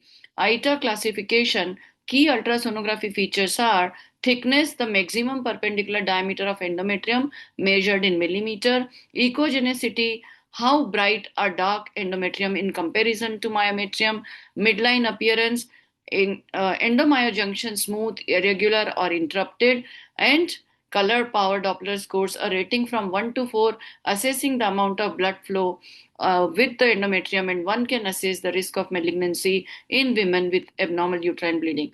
And what you see is the myometrium. Myometrium cannot be seen by any other modality, neither by hysteroscope nor by laparoscope, and myometrium is responsible for many problems in women, especially the abnormal uterine bleeding. So what you see, this is an inner junction, inner zone, middle zone, and an outer zone. And this is a nice smooth myometrium by ultrasonography. This is the normal anatomy. If you see, there's a blood supply, endometrium, and this is a loss of endomyo junction, and this is a case of adenomyosis where there is a Venetian blind appearance, and this is the globular uterus, so you can diagnose adenomyosis. And adenomyosis, the features, typical features are globular shape, ill-defined EMJ, linear striations, and myometrial asymmetry. And if you look at the vascularity, peripheral vascularity in the in the fibroids, while it's a scattered diffuse vascularity in case of adenomyosis. So this is a fibroid where you see it's a nice round myometrium, the nodule which is there, and this is a peripheral blood supply. So this is a picture of the fibroid, and you see you can put even the 3D if you want to, and this is the fibroid very clearly delineated by a very good capsule around. And next come to adnexa. So myometrium, you have adenomyosis, fibroid, endometrium, you have polyps, you have isthmocele, and you have synecdoche. Adnexa, you can have ectopic pregnancy. Remember, abnormal uterine bleeding in reproductive age group can still be an ectopic pregnancy. So always try to look at the adnexa and see for the ectopic pregnancy. Ovaries will be seen, and abutting the ovaries, you will see an adnexal mass. So that is ectopic pregnancy. Another adnexal masses in terms of there can be endometrioma, there can be dermoid cyst, and there can be lots of other kinds of cyst in the ovary, serous cyst adenoma, pseudomycinous cyst adenoma. I not brought the pictures of all that because I just had to concentrate on the only which is related to AUB. Now, saline infusion sonography, when intracavity lesion which are indetermined by TVS, when you're suspecting polyp or submucous fibroid or synecdoche, or you need to do pre-op mapping before hysteroscopic surgery or in the infertility workup, you do saline infusion sonography. It is not all that simple that appears, but yes, it can be practiced and done. You need two people, one to guide you with the probe and one person from the vaginal end to put the saline and infuse it and then see, because polyp will be very clearly delineated by SIS. Now, what is the usefulness of SIS? It is sensitive for polyp and submucosal fibroid, more than 90% detection rate. It is better than TVS and it is economical than MRI. Now, when to do MRI? MRI is not routinely done for the abnormal uterine bleeding unless it is a complex case, or just when you want to document it for some medical legal purposes. When you are doing a complex surgery, you need to do an MRI. And if you look at the clinical algorithm, premenopausal AUB, start with transvaginal sonography. If cavity abnormal, do SIS. If it is unclear, do MRI. Postmenopausal bleeding, endometrial thickness more than 4 to 5 millimeter, SIS or office hysteroscopy. Known large fibroid, adenomyosis, you have to do the surgical planning or you have to do the mapping of the fibroids before surgery, do MRI. Or if you are suspecting malignancy, MRI for staging. So the key takeaways from my talk is transvaginal sonography should be first line as it answers 80% of your problems when you are doing it for abnormal uterine bleeding. For sure, with the availability of the high resolution ultrasonography and skilled ultrasonologists, you are not going to need to go beyond transvaginal sonography in case of abnormal uterine bleeding. But one very important point, what I want to tell, transvaginal sonography is very good, but always whenever there is an abnormal uterine bleeding, do a transabdominal ultrasonography as well. So use both the, for the pelvic scan, transabdominal is a must. Transvaginal gives you better information, but do not omit transabdominal sonography. SIS, when you need to see cavity, reserve MRI for surgical planning, complex cases, and malignancy staging. And the most important thing is match the test to the question. Simple polyp, no need to do MRI. Just do a good ultrasonography, put your color, and you will be able to diagnose. So that's what it is. And thank you very much for patience listening. And I hereby just asking to support me for my FOGSI presidential candidature. I'm with you, for you, and by your side. Thank you very much. Thank you. Dr. Paladi, are you here? Rajeshri? I think she was not there. Acha, Jamuna Devi? She was Dr. there. Jamuna Devi? I must thank Dr. Sarita because she called up, and I'm really glad that it is important that speakers of the different sessions speak amongst each other what you are covering and what I'm going to cover, so there is not too much of overlap. Thank you, Sarita. Thank you, Dr. It really came out well, Archana, to the point and very specific points. Yes, yes. Dr. Jamuna Devi, are you here? I think Yeah, Dr. I think- Archana was precise and to the point Right. of having the Yes. guidelines for the diagnosis of the etiological factors of abnormal bleeding. We really enjoyed having her crisp talk and very, very apt. Thank you. Thank you so much, Dr. Great. Paladi. Great, great. Thank you, Dr. Dr. Anuradha Sarita. Khanna, would you like to introduce our third speaker, Dr. Sarita Agrawal? Yes, I'm there. Otherwise, yeah, please. Right, Sarita, I'm you are coming. here. Dr. Anuradha Khanna? Shall I start Okay. sharing? Yeah, you start sharing. That is not an issue. Dr. Rajeshri, if you can see, please invite Dr. Sarita. Oh, I can invite. Yeah, please go ahead, Yeah, Dr. Jamuna. because Sarita is a good friend Yeah. of ours. Yes, yes. Can I have CV of Sarita, please? Sarita, show your first slide. I'm sure it will be your CV slide. Yeah. Yeah. Hi, Yes. Sarita. Dr. Sarita. Welcome, Sarita.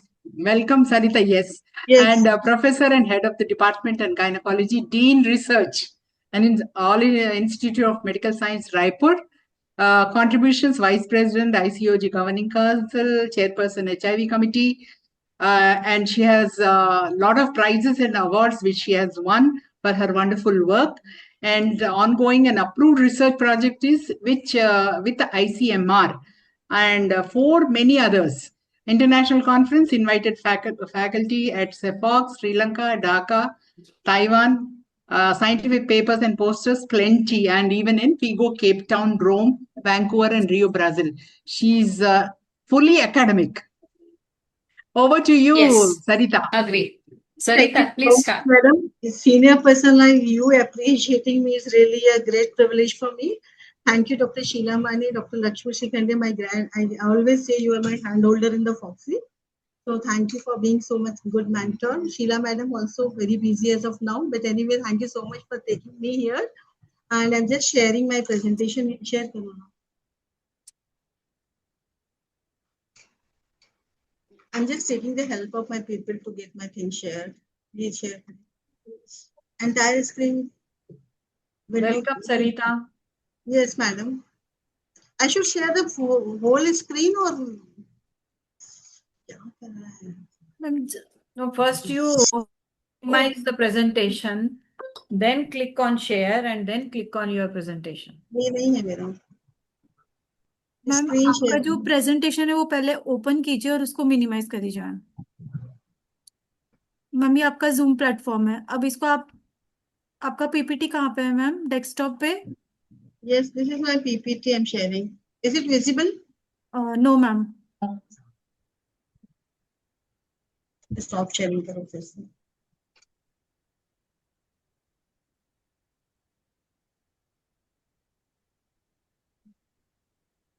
Share. वो ऐसे मत करो. Share.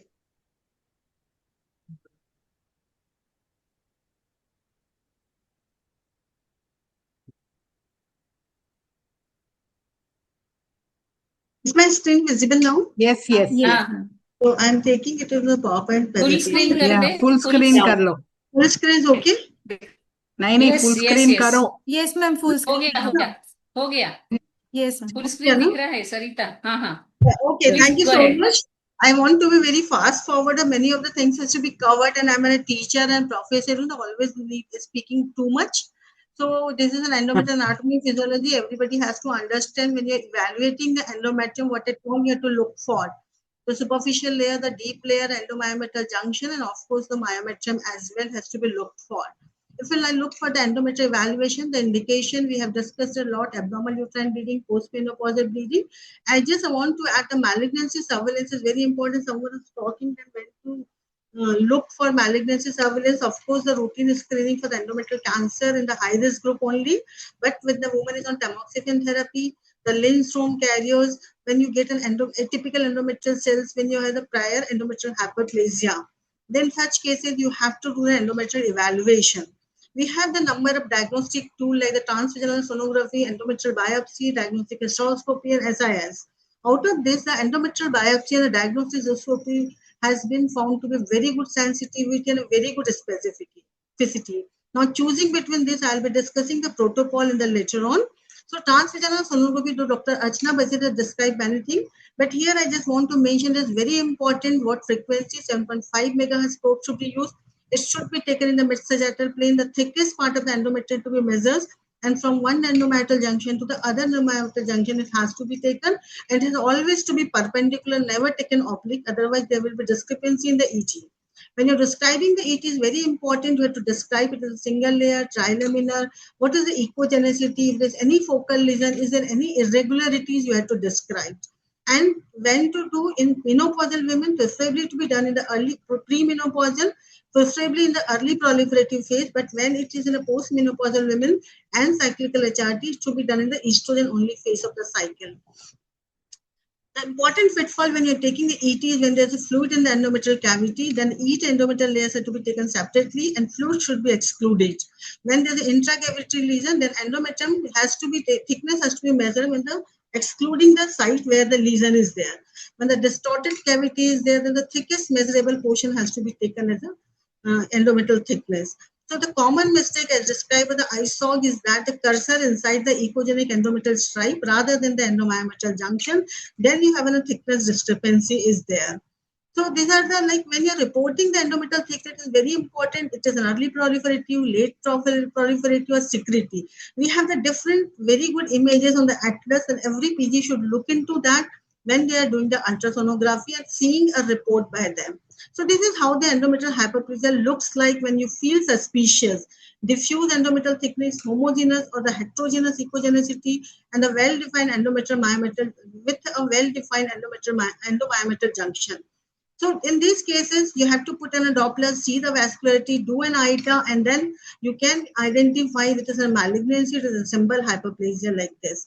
So this reporting is very much important. So this is how the endometrial polyp looks like. When this is a polyp, you have to always rule out it is a benign polyp or the malignant polyp, and definitely the ITA and the vascularity status tells you about this thing.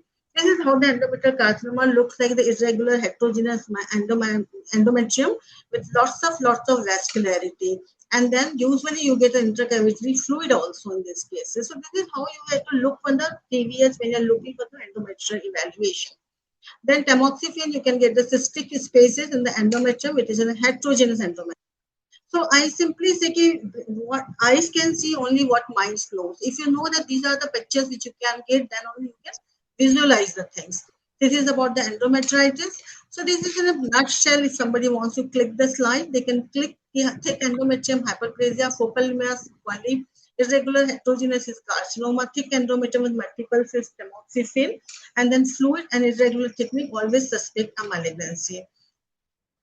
Then coming to the next is the endometrial biopsy. Many times it has been lots of discrepancy. The first was a uterine, 18th century, as early as endometrial curettage has been suggested. Then came into the existence the hysteroscopy, and then in 70s the vibra aspirator and the Karman's cannula, and now 84 the Pipelli, and then 1990s onward we are on the hysteroscopic directed biopsy is being established. And presently it is a TVS followed by hysteroscopy. TVS, then endometrial Pipelli biopsy, and then hysteroscopy directed biopsy is the flow of investigation. So ICOG, ACOG, and FIGO recommended the TVS as the first, then Pipelli biopsy is the second, And then the hysteroscopy directed biopsy is not necessary in all cases. It is indicated when the biopsy is inadequate, symptoms persist, focal lesion suspected on ultrasound, discrepancy between the ultrasound and histology, and the clinical risk factor of the cancer is very high.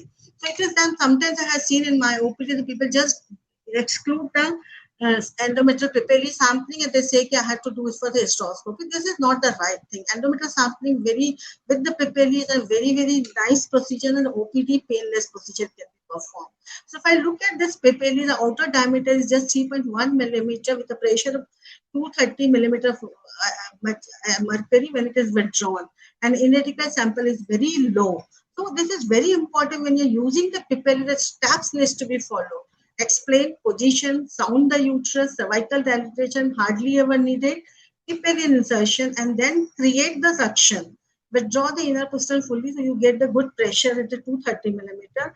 And then the motion is very important. Rotate by 360 degrees while moving in and out 4 to 4 times to cover all parts of the cavity wall. So you get the representative sample from all.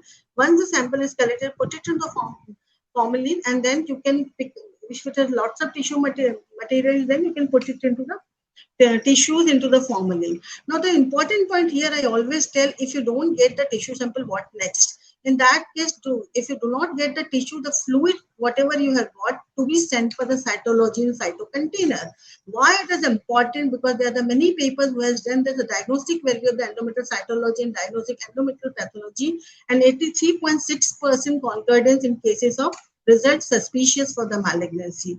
So though the accuracy is not so good, but the sensitivity is quite good for the endometrial cytology as well. So this is also when you don't get the tissue, then please send the fluid for the cytology. Cytology is a good screening tool, but of course the papilli biopsy is much superior because it provides the histology for the tissue and also provides the tissue for the ISC. These are the other devices which are being used, the Viper aspirator and the vacuum syringe, and then the MVA syringe. Karman scanner is most commonly used in our settings because the papilli is too costly in the government setup. But remember, you have to use the size of the Karman scanner 3 to 4 millimeter, not larger than that.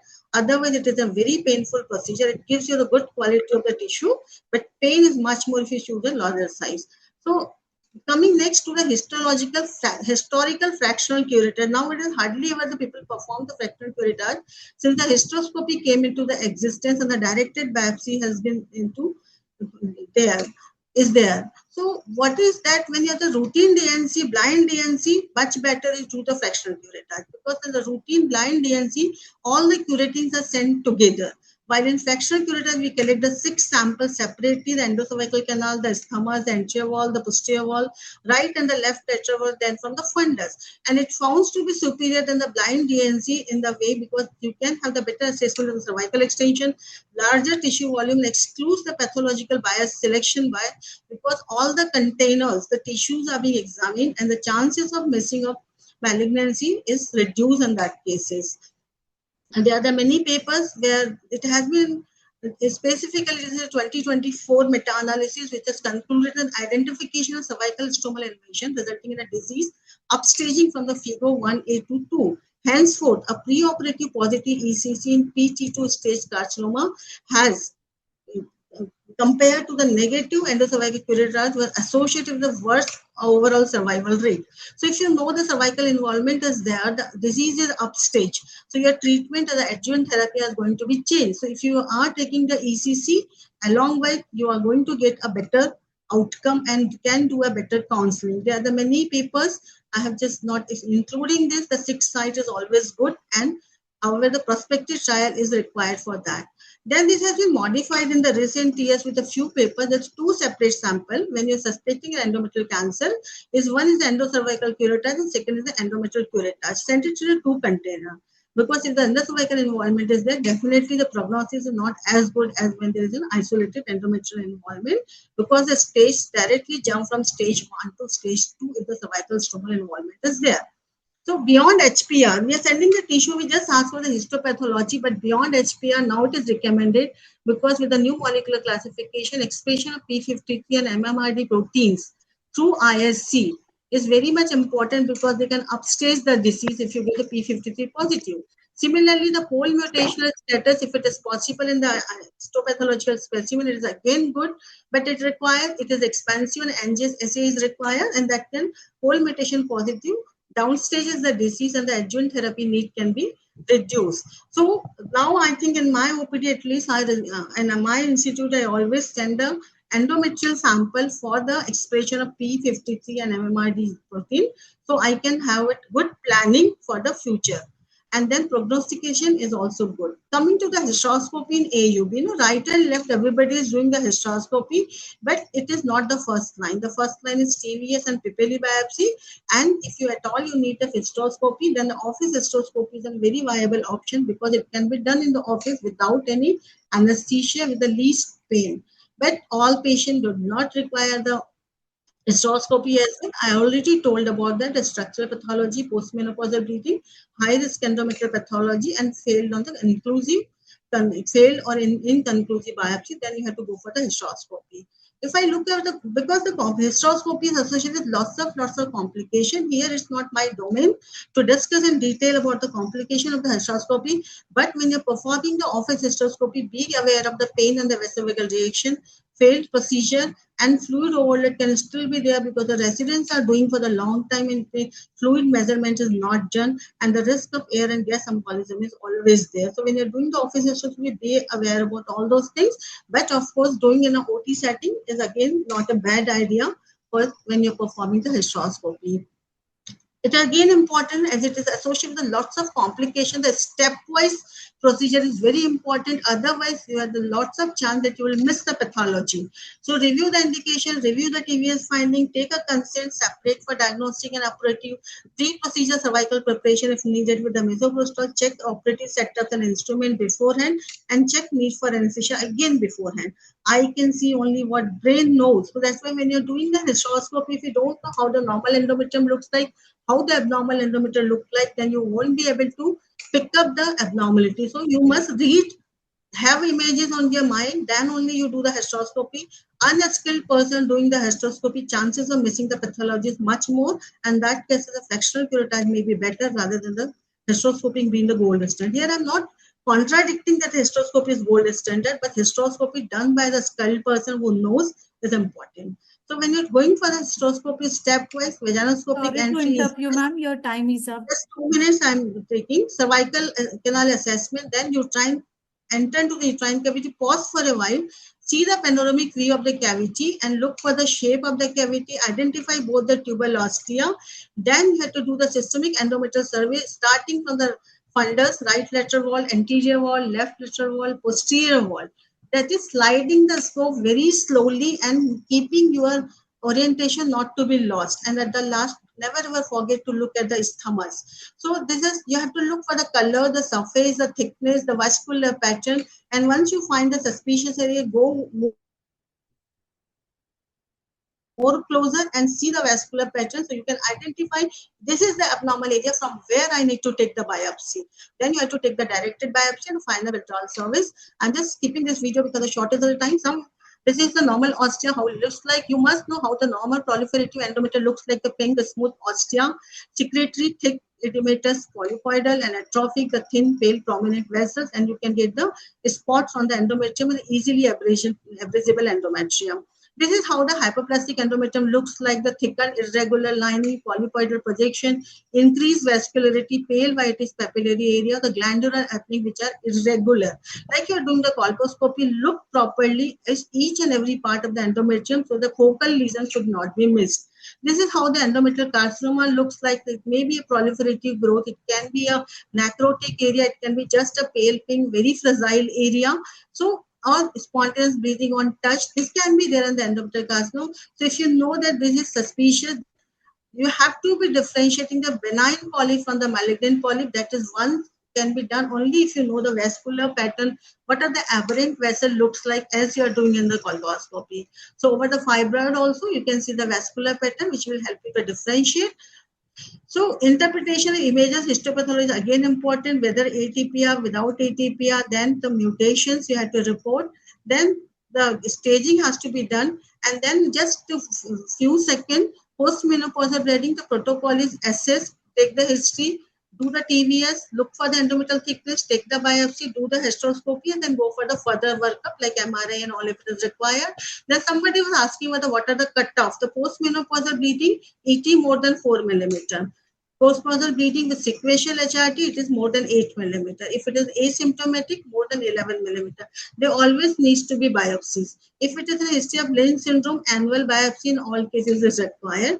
Premenopausal AUB, it is a discretion to do the histobiopsy or not based upon the AUB patterns. So in case of Leach syndrome, I said annual EMB is important. Tamoxifen therapy, baseline TVS, annual TVS during treatment, EMB more 8 millimeter. No obesity, no established routine screening, but you have to keep a low threshold for taking the endometrial biopsy.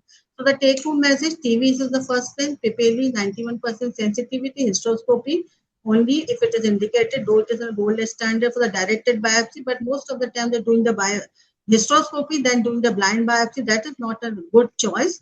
And then WHO 2 categories only, typical and atypical hyperplasia. Classification is important. Fluid deficit monitoring when you're doing the hysteroscopy is important.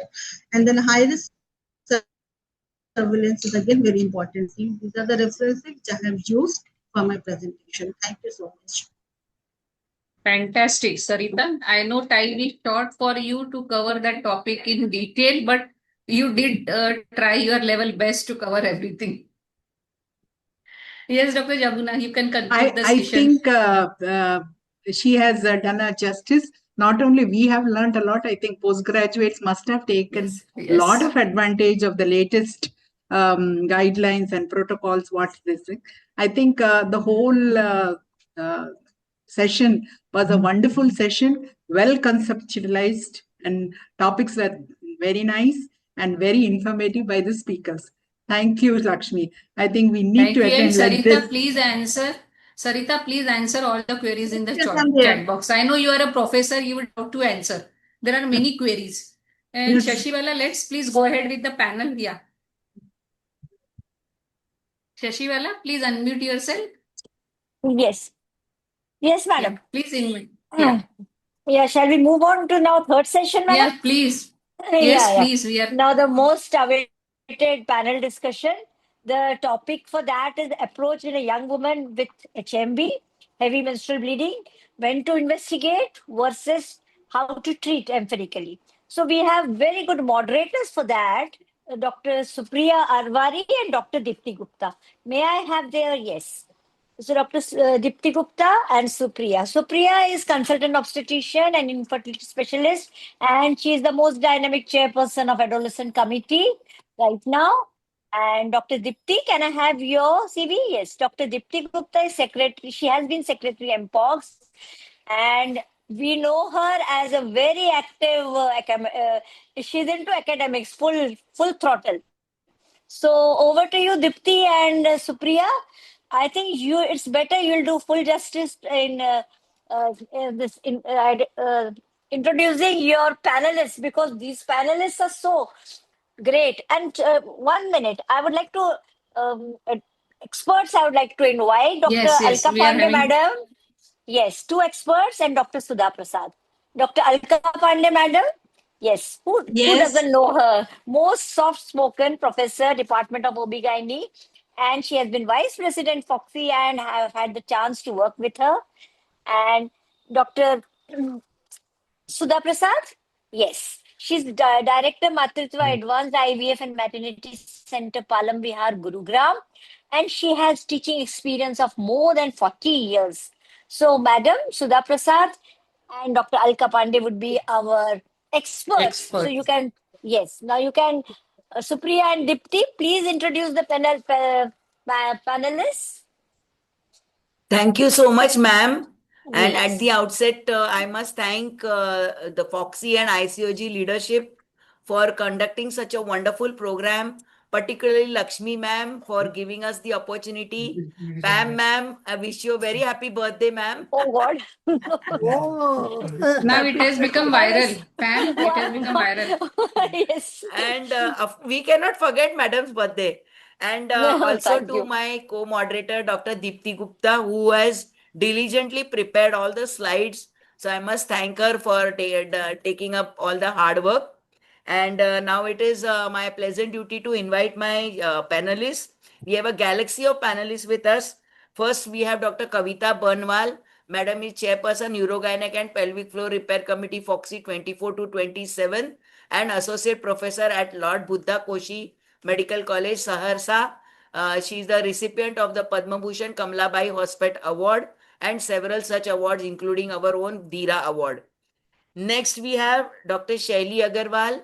Shaili is Professor and Unit Head at Department of OB/GYN at GSVM Medical College, Kanpur, Secretary of Kanpur Menopause Society, and Scientific Secretary of Kanpur OB/GYN Society 23-25. We have Dr. Puneet Bhojani, member of the Managing Council of Mumbai Obstetric and Gynec Society, winner of several awards, including Dr. Pramila Bhatia Young Scientist Award and Wonder Foxian Award. Welcome, Puneet. We have Sunanda Rani Gutta. She is Director and Chief Consultant Gynecologist at Nikita Hospital, Vishakhapatnam, Secretary OGS, Vishakhapatnam, Vice President IAG State Chapter, Andhra Pradesh. Welcome, Madam. We have Dr. Narhari Agasti. He is a gold medalist at MDBS and MD. So imagine what an academician and advanced gynecological surgeon with expertise in MIS, reproductive medicine, and ultrasonography. He is a member of IAG, ISAR, SMFM, and ISOPAB. And currently, he is having a leadership as the founder secretary, State Gynec Society, and executive member ISAR and IAG, scientific chair of the National ASOPAR B 2021. Welcome, sir.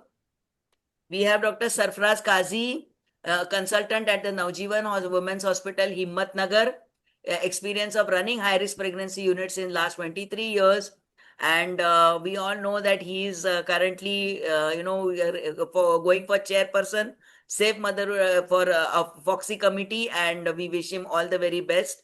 He has been the organizing vice chair of SOGO G 2023, president of Himmatnagar OB/GYN Society 24-26. Welcome, Dr. Sarfaraz. Supriya Yes, ma'am. रोडेट के लिए मैं हूँ not Sarfaraz Yes. I am for ethics and medical legal. He is for medical Ethics and medical legal for Sarfaraz. So Dr. Sangeeta Pahwa is our next panelist. She is a MS OB/GYN working at the SGRD Medical College and professor and head of the department of SGRD Medical College, Amritsar. Welcome to you, madam. She has special interest in high-risk obstetrics. We have Dr. Seema Pasricha. She is a director, Pasricha Hospital and Maternity Home, practicing in the field of OB/GYN for more than 30 years, president of the Jalandhar OB/GYN Society and Jalandhar Menopause Society. A warm welcome to you too, ma'am. We have my dear friend, Dr. Preeti Vyas, MOGS Managing Committee member and patron member of Mumbai Obstetric and Gynec Society, joint treasurer of Mumbai Chapter ISOPAB Society, Secretary Maharashtra Chapter of OSI Osteoporosis Society, and she is also going for FOGSI elections, and we all hope to support her and bless her with our votes. Thanks, We have another dear friend, Dr. Shweta Kaul Jha, Director of the Nirmay Cares Women's Center, Indore, Vice President of Indore OB/GYN Society, and Managing Committee member of MPIAG. Currently, she is holding the position of the chairperson of the technology committee of FOGSI. Welcome to her also. So all the panelists, I welcome you all. We are going to have a discussion on abnormal uterine bleeding. This is the most talked about topic, and yet there is always something new to learn about it in every discussion that we go. And I'm hoping that our discussion will be also evidence-based and also experience-based, in the sense what we can do in day-to-day practice, so that we have good takeaways for all our attendees. So can I hand over to Dr. Dipti for the first case? Over to you, Dipti. Thank you so much, ma'am. At the outset, once again, heartfelt gratitude to FOGSI and ICOG leadership, especially Sheila Mane madam, Sadhna Gupta madam, Pratik Tambe sir, and conveners for today's program, Lakshmi Shikhande madam and Shashibala madam. Birthday wishes, Pam ma'am, and I'm sure you're having a great day. So moving forward, our time has already started. So we already have been introduced to the galaxy of stars that we have, a very distinguished set of experts, such senior decorated teachers and panelists we have. I am sure it is going to be a great learning experience. And we have panelists from across the country. So we will have good discussion on the actual practices across various areas. And hopefully by the end of today's session, we will be able to differentiate physiological from pathological abnormal bleeding in adolescents, decide when empirical treatment is sufficient, identify a few red flags requiring extensive workup, which was already covered briefly by Monica Singh ma'am, select appropriate investigations covered nicely by Aditi ma'am, manage challenging clinical situations, recognize uncommon but important causes, and then discuss a little bit about approach to young women with heavy menstrual bleeding. To start with, Sarfaraz Qazi sir, can you please give a brief overview on various causes with reference to different age groups of HMB? Yeah, for HMD, if you are asking about the various age group in adolescent, it is primary because of the immaturity of the HPO axis. It is an evolutionary cycle post-menarche for 1 to 2 years. Few patients may also have another endocrine problem like polycystic ovarian disease, which is now considered as the polycystic ovarian PMOS. Some thyroid disorders also account. 80 to 90% of cases we are finding in adolescents this type of cases. Another 10 to 20% we may have some bleeding disorders like thrombocytopenia, von Willebrand or ITP. And others, we also do not forget, in rare cases there are chances of the uterine factors like which is covered in the palm. Infections also we should not forget, and trauma we should also not forget. For the reproductive age group, palm is the main cause, fibroid, adenomyosis, or any polyp or intrauterine problem. For perimenopausal, if we are asking, there are primarily the endometrial causes like endometrial cancer, hypoplasia, polyps, or fibroid. Right. Very well summarized. And because we have only 35 minutes with us, I request all panelists to please be crisp and brief in your responses. So this is from a recent systematic review and meta-analysis. And as you can appreciate, predominantly bleeding disorders dominate in the pediatric population, whereas platelet function disorders, thyroid disorders, and PCOS largely present in the young adult population. So this first case, Priya, imaginary name, 14 years old, 8 months post-menarche. Cycles are roughly 25 to 60 days, no consistent pattern yet, bleeding for about 5 to 7 days, and uses 4 to 5 days per day with the occasional small clot. No anemia as such, no syncopal history. The mother is concerned, however, that is this normal or is my child having heavy bleeding? Preeti ma'am, how would you counsel this mother and the daughter? I think, hi, good evening, everybody. I think the first thing is we need to do is put the mother a little at rest and say that initially the first 2 years after menarche, the cycles may still be a little irregular. They may come early, they may come a little late, and the hypothalamic axis does take a little time to settle down. It would be definitely concerning if the cycle is extremely heavy, where the patient is bleeding so much that she lands up losing so much blood and lands up with anemia. If not, and if there is no strong family history of any thyroid disorder, or the patient is not, looking like a typical PCO patient or obese or any of those kind of features, then I would just ask them to be at rest. But I would definitely encourage them to keep a tab on the number of pads a day if the cycles become too heavy or they become too prolonged, where they go beyond 3 months, 4 months, or she lands up having, any features suggestive of any hormonal disorder. And I would give them a little brief on the same, that what all things they should be looking out for, like, if she lands up putting on too much weight, or she lands up developing acne or hirsutism or any of it, then they need to come back for a follow-up soon. Or if the bleeding becomes too heavy, then definitely they need to address it. Right. So I think the point here is that HPO axis may take as long as 3 years to stabilize. So initially, if the patient is stable, then we can explain the warning signs and reassure and definitely asked to keep a structured menstrual tracking record. Seema ma'am, would you be kind enough to just briefly define HMB, throw some light on prevalence and common causes, just briefly, as it has already been discussed in previous sessions? I think Seema ma'am has not joined. Yes, she is So, not joined. Dr. Seema is okay. not there because she's having some emergency. Okay. Can I So, take this Puneet, question? yes, sure, ma'am. Please, ma'am. Can I take? As heavy menstrual bleeding is definitely it is the excessive menstrual bleeding that lasts more than the 7 days, because we are taking normal from 2 to 7 days, and it is not associated with clots. When she's passing a big clots and she's soiling more pads per day, then it is heavy menstrual bleeding, and that interferes with her physical, social, and quality of life. Then it is heavy menstrual bleeding. Abnormal heavy bleeding, previously we used to say it as dysfunctional when it is anovulatory cycles, but it is a symptom in the nomenclature and definitions of the AUB in 2018 revised.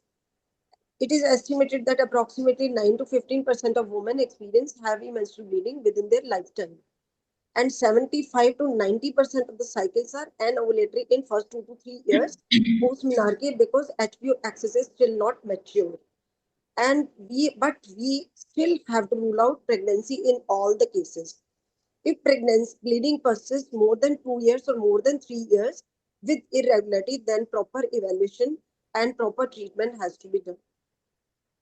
Absolutely. And I think a very important point is that just because a young girl has presented does not mean that we assume that she cannot be pregnant. As per NFHS 5, as many as 30% as young adolescent girls have been sexually active, with a huge 70 to 80% unmet gap of contraception.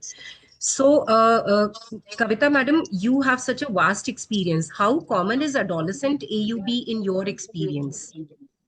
I think in the adolescent age group, most of the girls come with this complaint. About 20 to 30% OPD are occupied by these girls, and they are presenting with sometimes like normal physiological disruption in the cycle, but sometimes they present with heavy bleeding. Recently, I have come across a girl that had hemoglobin only 3 grams, and she was just taking restless and taking a long deep breaths, but nobody was concerned about her. When she came, I watched her. She was extremely pale, and she was absent from the school also, hardly 15, 16 years girl. So I got investigated, everything was done. So just I want to say that this is common problem, and it is mostly due to immature hypothalamic variances, which takes about 2 to 3 years to develop to mature. But sometimes there can be bleeding disorders, and that we have to look into, because if these girls are not taken care of at proper time, then they can fall and they can be very serious, like in my case. So we have to rule out these disorders. And again, everybody has said that we have to think for the beta hCG also, because we don't know how active they are. So that also we have to think. So I think this is the most common cause of OPD in our part. So, right. And bleeding Thank you so much. disorders next to this unobligatory disorders of AU. Right. Thank you so much, ma'am. So this is just a brief web diagram enumerating various causes of abnormal uterine bleeding. And Puneet sir, would you like to talk about PALM-COEIN? How does it stand in terms of adolescence? Yeah, hi. So basically, as also told by the previous panelists, the polyps, the endometrium, the palm part of it, as we know, is more likely in the reproductive age group, would be very rare in the adolescents. And we are mainly looking at the first two, which is the coagulatory dysfunction and the ovulatory dysfunction, which everybody has said, the immature HPO axis. So the important point what I would like to emphasize is that, of course, you should also take some drug history. We had patients who have been on warfarin and certain blood thinners for some other various reasons. They also bleed. And very important, like I take the history of from all patients about the coagulation part of it, like easy bruisability, petechiae, or dental extraction. if at that time Right, the sir. bleeding is not stopping, because then they would also require extensive workup with all the blood work and hematologist involvement also. So PALM-COEIN as such in adolescent, we are mainly the PALM part of it is not so important, but the COEIN part of it is what we need to be more careful and more focus on in our adolescent patients. Right. Thank you, sir. Like already mentioned, never assume every adolescent AUB as just anovulation because the prevalence of bleeding disorders is very, very high in this presentation in this age group. So Nanda ma'am, what is your experience with acute versus chronic AUB? Yeah, acute AUB, it is less common when compared to chronic AUB, definitely in the OPD. But when you have in a case of acute AUB, it is very severe and the patients they panic a lot. So any amount of bleeding which necessitates emergency treatment and almost like admission with a hemoglobin drop of about below 5 causing severe anemia, you call it an acute AUB. Whereas in chronic AUB, probably it will be persistent for a period of more than 6 months. And so that is chronic AUB. And you're not very much worried in such cases because the patient gives us time and you can give your treatment. But in acute AUB, you have to act very fast. Right. Thank you so much. Supriya ma'am, before we move on to your second case, should we take one expert remark Yes, from yes, Alka absolutely. Pandey I was madam and about to Sudha say madam? that we'll request our experts to please give their feedback. So, when the patient comes to you, we must also get her some tests done.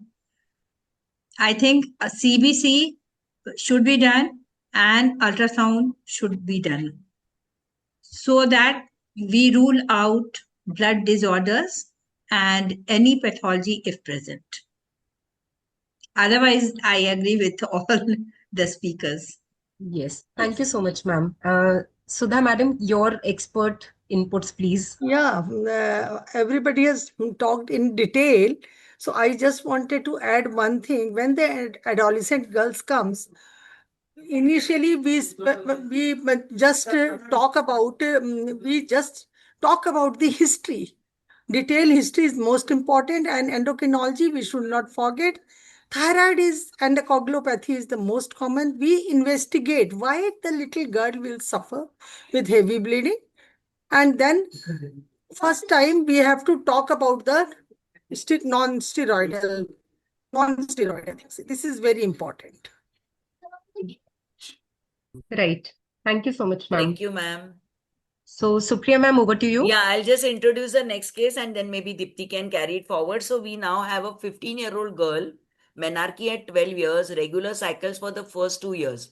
Now presents with bleeding for 18 days, changing pads almost every hour. Associated with dizziness, a hemoglobin of 5.8, and no sexual activity or medications or fever. Can we just move the slide? Yes. So what is going Narhari, to be the top priority in managing this patient? Narhari sir, would you like to take this question? Good evening, ma'am. Good evening, sir. Yes, I'm sir. thankful to the Lakshmi madam to giving this opportunity to share my thoughts. She is 15-year-old girl, menarche 3-4 years back, and having her regular cycle now. Main concern is she is having acute AUB, severe bleeding PV, and hemodynamic condition, hematological condition, hemoglobin. All these things has to be thought up. This is my priority. First is we have to arrest the bleeding. Then see the hemogram. Because as you already seen in this case group, the anovulatory, then coagulopathy. And after that, there might be some adolescent that might have some organic pathology structure like poly. So first, we have to arrest the bleeding by giving norethistine assisted in a highest dose because it is a very good endometrial hemostat and see the response. And if hemoglobin is below 5, we have to think of about the transfusion, or otherwise, if the hemoglobin is around 7, 8, we can start with hematinics and protein supplementation along with the dietary modification. But if the hemoglobin is 6, 7 or 7 like that, we can use the intravenous iron therapy also. She has less than 5 gram hemoglobin, so I think she needs admission and She blood needs to transfusion be also. admitted and Yeah. blood Yes, that transfusion I has to told. be given. Blood Yes. transfusion has to be given. And one thing more, just now somebody had experience of nephrotic syndrome. So that thing we have to rule out because earlier she had regular cycles, and after 3 years she had developed such menorrhagia. So we have to think everything, including beta SSG. And in my part, what I have experienced that in initial cases of tuberculosis, many girls present with menorrhagia. So we have to think for that also. We have to get tested for tuberculosis also. So though it's not very easy, but we should think for that also because later when it develops irregular or scanty menses or amenorrhea, but earlier this case can have also tuberculosis. So that we have to rule out. Yes, ma'am. And also Absolutely. the endocrine Even for our thyroid my disorder. teacher, Dr. Vinita Salvi, used to say that even though COGS we typically describe as scanty menses, but in the initial part they can get menorrhagia, and some of the bovine or some other variant of tuberculosis can cause menorrhagia also. So Yes. you have absolutely pointed out the right thing. So can we go to the next slide? Yes, and estrogen we don't get over here, but then estrogen is advocated, intravenous estrogen to control the bleeding in adolescents. Yes, ma'am. In acute stage, in fact, even madam, apart from that, the non-hormonal therapy, especially tranexamic acid, has a very promising role. Yes, yes. So, intravenous I agree. drip I agree, we should Supriya. consider. I agree, Supriya, because in a adolescent, I personally don't want to give the hormones at all.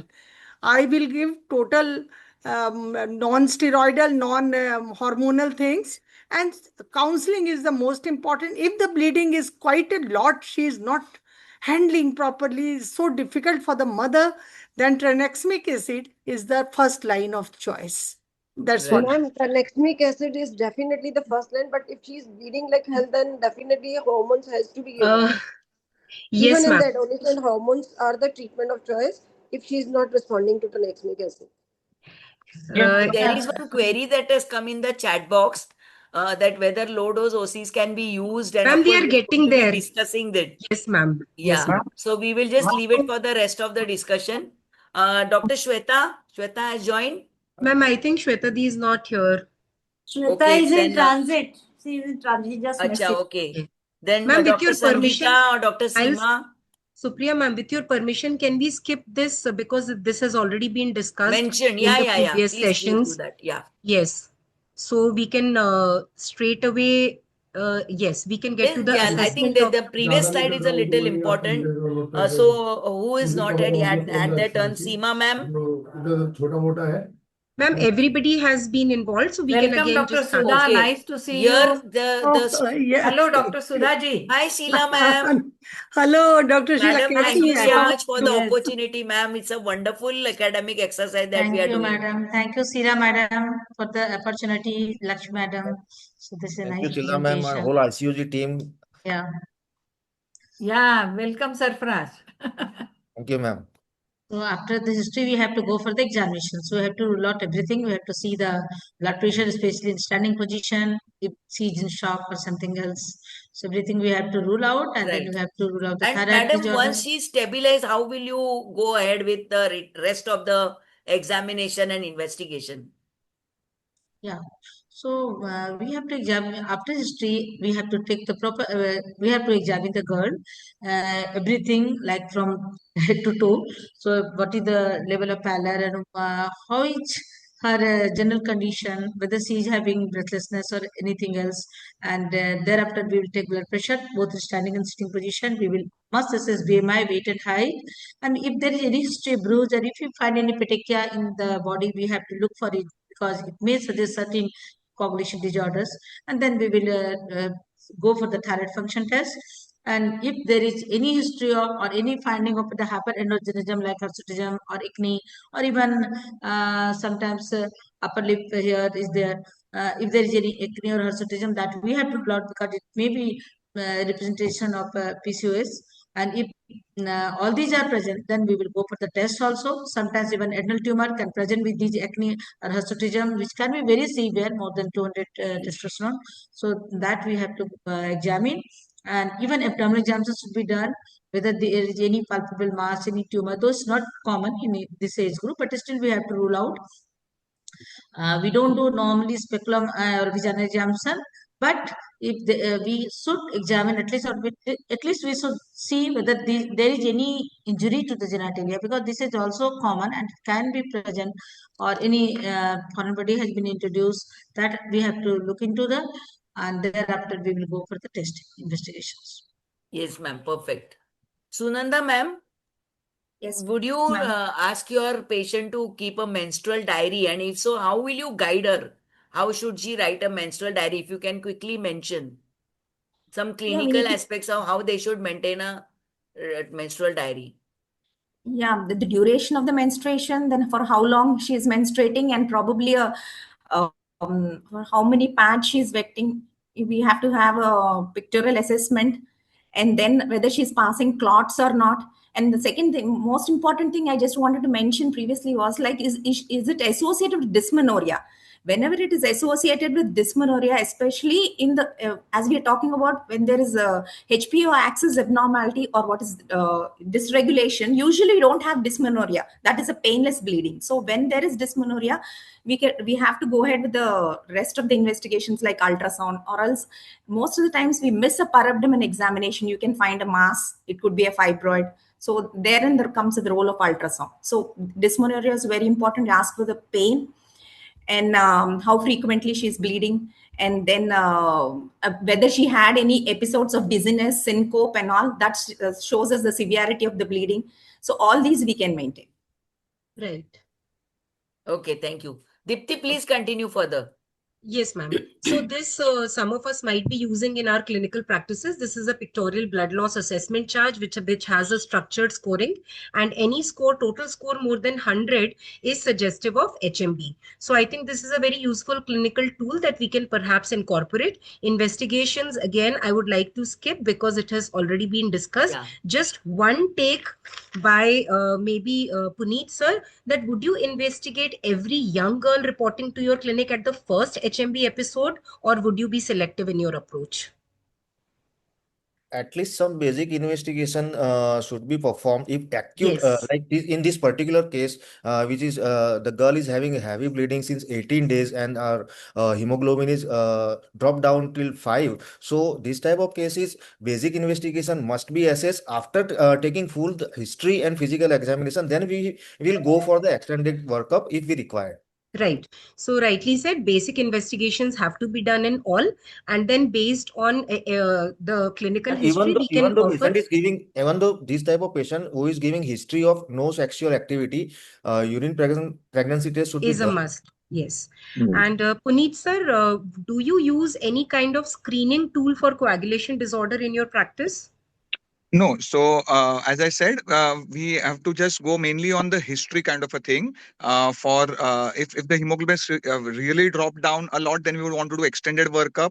And main we go by the history, which is the petechiae, bleeding, hemorrhages, bleeding from the gums, or any easy bruisability, dental procedures they might have undergone. So that gives us a very good idea if we are dealing with any kind of a bleeding disorder, or it is only a pure anovulatory kind of a bleeding.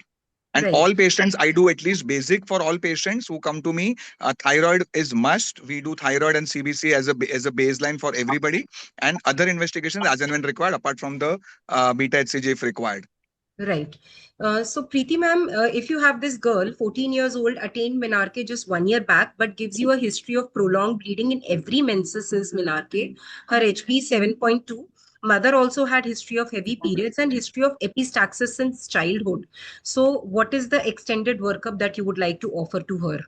I think these are the ones where you have to be careful that are we dealing with a any of the hereditary disorders or anything where there is going to be a hereditary bleeding tendencies, like what you mentioned, von Right. Willebrand disease, or so a basic workup would be for these patients doing the coag profile of CBC, PTINR, APTT. Again, since she's giving history of epistaxis, look for von Willebrand factor if required, rule out a factor 11 factor deficiency. And typically these patients would give a family history, where the mother would also have something or a father. In fact, I had in my practice a patient who during pregnancy, we figured out that she had a factor VIII deficiency because while she was pregnant, the father underwent a dental extraction and he bled so much on the dental chair that they had to admit, they had to give him 3 blood transfusions, and he was not on any blood thinners. That's how the father got diagnosed. That's how we diagnosed her, and then we had to do that entire workup and keep everything ready when she was to deliver. Delivered. So I think, yes, a family history in such a case is extremely important. Right.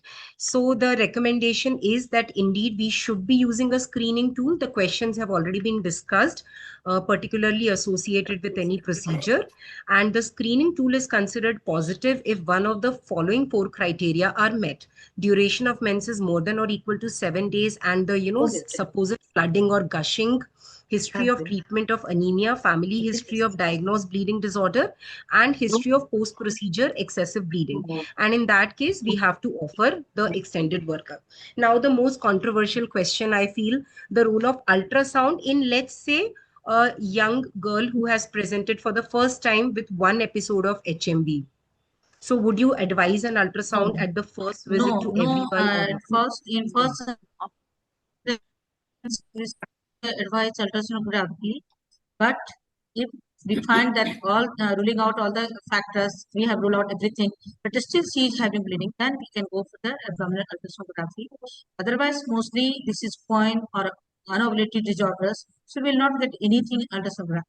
But if there is persistent bleeding, if we suspect beta CG causes beta CG may be positive, then we can go for ultrasonography to rule out or any intrauterine pregnancy. Otherwise, mostly ultrasonography is not advised in first phase.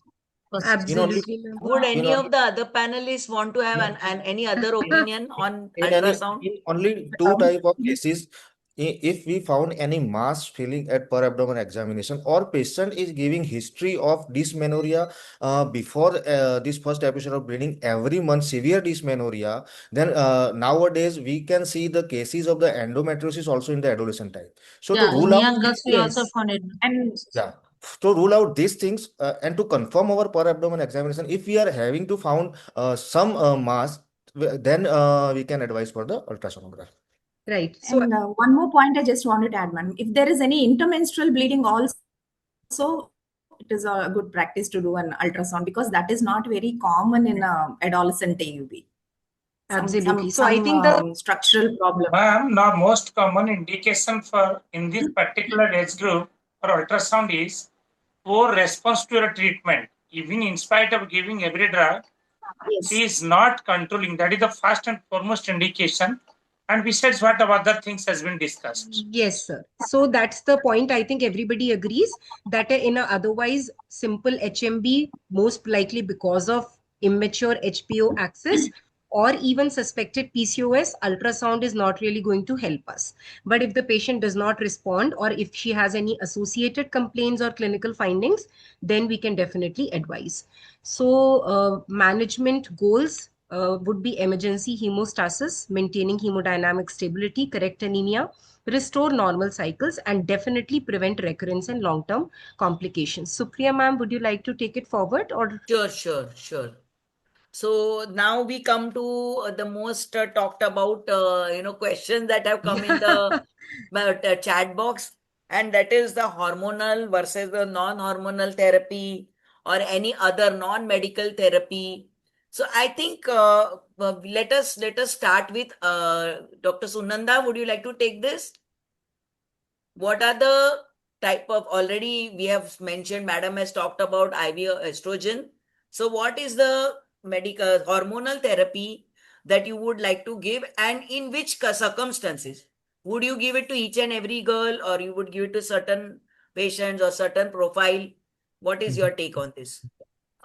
A simple adolescent AUB, and she is hemodynamically stable, hemoglobin level is well maintained. There is no need for any hormonal therapy. For the acute episode, during the acute episode, like bleeding, she can take antifibrinolytic drug like tranexamic acid. For pain, she can take mefenamic acid. That should be sufficient. But if it is troubling her and a hemoglobin level is dropping and she has acute bleed and that is necessitating admission or hemodynamically unstable, then probably comes the role of hormonal therapy. And I would prefer a combined oral contraceptive pills. If there are no other contraindications for therapy, then that would be better. But in case we would start off with the high dose, and then once the bleeding stops, then we can gradually taper it. And later on, for a maintenance, we can give her cyclical. But in case there are any contraindications for estrogen, she's not tolerating COCs, then probably we can try progestins. Okay. Dr. Shaili, are you there? Testosterone. Dr. Shaili? Yeah, can I add, Supriya? Ma'am, Shaili, So, madam. Yes, ma'am. Yeah, so we usually give tranexamic acid first, but if the girl doesn't respond or if the hemoglobin is very low, and then we can give, I give personally study validate. I don't give IV, like 4 tablets and then 2 tablets twice a day, and then I give low dose dosage because estrogen increases clotting factors also. So if it is due to bleeding disorder, it will help. So it helps to regenerate the endometrium also. So estrogen will help in initial cases. Then we can go for the low dose OCPs. And later on, I give Sencromen, and that is very useful. In many girls, I give twice a week, and it is very useful. And I can give it for 3 months or to 6 months, and many girls respond well. So, what is my personal experience that I am sharing? And estrogen sometimes is needed to just to stop the bleeding. So, I give oral tablets in high doses. And Shaili is there, Dr. Shaili? Ma'am, Shaili ma'am is not there. Mostly And, this much dose of the high dose of estrogen or any oral contraceptive pills, we must see the tolerance of the patient at this stage of time, because we must have to give antiemetic with it because they cannot tolerate that. And yes, if it is the case, then we can move on to the progesterone also. Yeah. Yes, So anybody would like to comment about progesterone, especially the long-acting progesterone medicine that I think now progesterones available? are more I want apt. Progesterones are more apt for the adolescent people. Absolutely. I Ma'am, agree with madam. the Yes, current Alka ma'am. guideline. Ma'am, Alka madam, one more question that everybody is concerned about, whether there is the concern about epiphyseal closure is valid. Yes, So, that is why we are giving, we should give Ma'am, progesterone. however, the current guidelines have concluded current guide, that No, if Current if research the says that COC is absolutely safe, and given at Yes. that dose we are giving, it doesn't affect the So by epiphyseal the growth. time of menarche, 95% of growth has already taken place. So we have to assess on the basis of clinical picture. If she's bleeding profusely, then definitely a combined preparation is going to give a better control of bleeding. And progesterone is recommended in a currently non-bleeding patient or a patient who either has a contraindication for estrogen or is not willing for estrogen therapy. So I think For that proper counsel should be done Yes. with the patient, that these are the benefits of the giving combined I oral think after 18, we can use the oral contraceptives, which are the combined pills. And before that, progesterone should be used. also From 14 to 18. Can I add one more Yes. one more thing. So One Priya more ma'am, we thing, have if 5 we more give the minutes. estrogen So- to these girls, chances of lots of nausea, vomiting. So progesterone is the first drug we should try. If it is not and the hemoglobin is dropping down, then yes, combined pill can be used. Otherwise, not. Right, Narhari ma'am. sir wants to add something. Yeah. Ma'am, regarding two things. One is, first line of drug is always tranexamic acid, antiphenolatic. But the thing is that most of the time you don't use in a optimal dose. You use a suboptimal dose. At least it should be 2 to 2.5 gram per day to think that it is not working. Then comes progesterone. Yes, the progesterone, among this progesterone, norethistine ester is a 19 not testosterone derivative. to have an acute endometrial hemostat, we want some progesterone which has a anabolic activity, and that is the northeastern estate is preferable for acute. And what we are telling about OC pill, that is for regularization, cyclicity, and maintenance. And the concern is regarding epiphyseal closure. Remember, we are giving 2 to 3 cycles or 3 to 4 cycles for regularization and cyclicity, and that is not going to hamper for 2 to 3 cycles epiphyseal closure. That we have to think. And most of the height is achieved by menarche only. I think 90% height is achieved by menarche. And so I don't think by giving 1 or 2 cycles of estrogen progesterone will cause any early epiphyseal closure. So if the patient is not responding, then we can give. Later on, we can shift to progesterone only. Supriya ma'am, also one comment I would like to make here, madam. Our teacher, Dr. Adi Dasturi, was a great teacher at Wadia. He had made a very beautiful statement that estrogen is the healer of the endometrium. Yes. At such point, we should go and look at the ultrasound report. If the endometrium is thickened, only then it is going to respond well to progesterone therapy. But if it is a very thin endometrium, then estrogen and progesterone, estrogen is required so that the endometrium heals and the bleeding stops. So that is also one more consideration we should make when we are selecting the drug. And I absolutely agree. I personally use the long-acting progesterones, and more often than not, they work well in young girls. Supriya ma'am, can we move forward? Any comments from our, should we move ahead? Non-hormonal therapy also, I think some of it we have already discussed. Yes, ma'am. Ma'am, so this is the summary. One thing that maybe any of the panelists would like to mention, whether the non-medical therapies, I think we'll be coming to that later.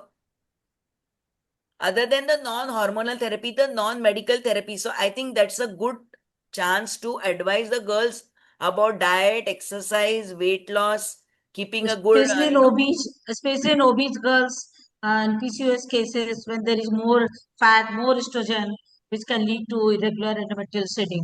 So in those cases, we can advise her for do yoga, meditation, Surya Namaskar, which all will help her to control the bleeding. Even it is said that the girls who are doing properly yoga, especially Surya Namaskar at least 2 to 3 cycles daily, they will have regular cycles. So it is supposed to be, because we live in yoga city Munger, so we have seen many cases that they have responded well with this yoga. Right. So this is the current summary based on various guidelines that in mild AUB, menstrual calendar and the NSAIDs and tranexamic acid can be advised.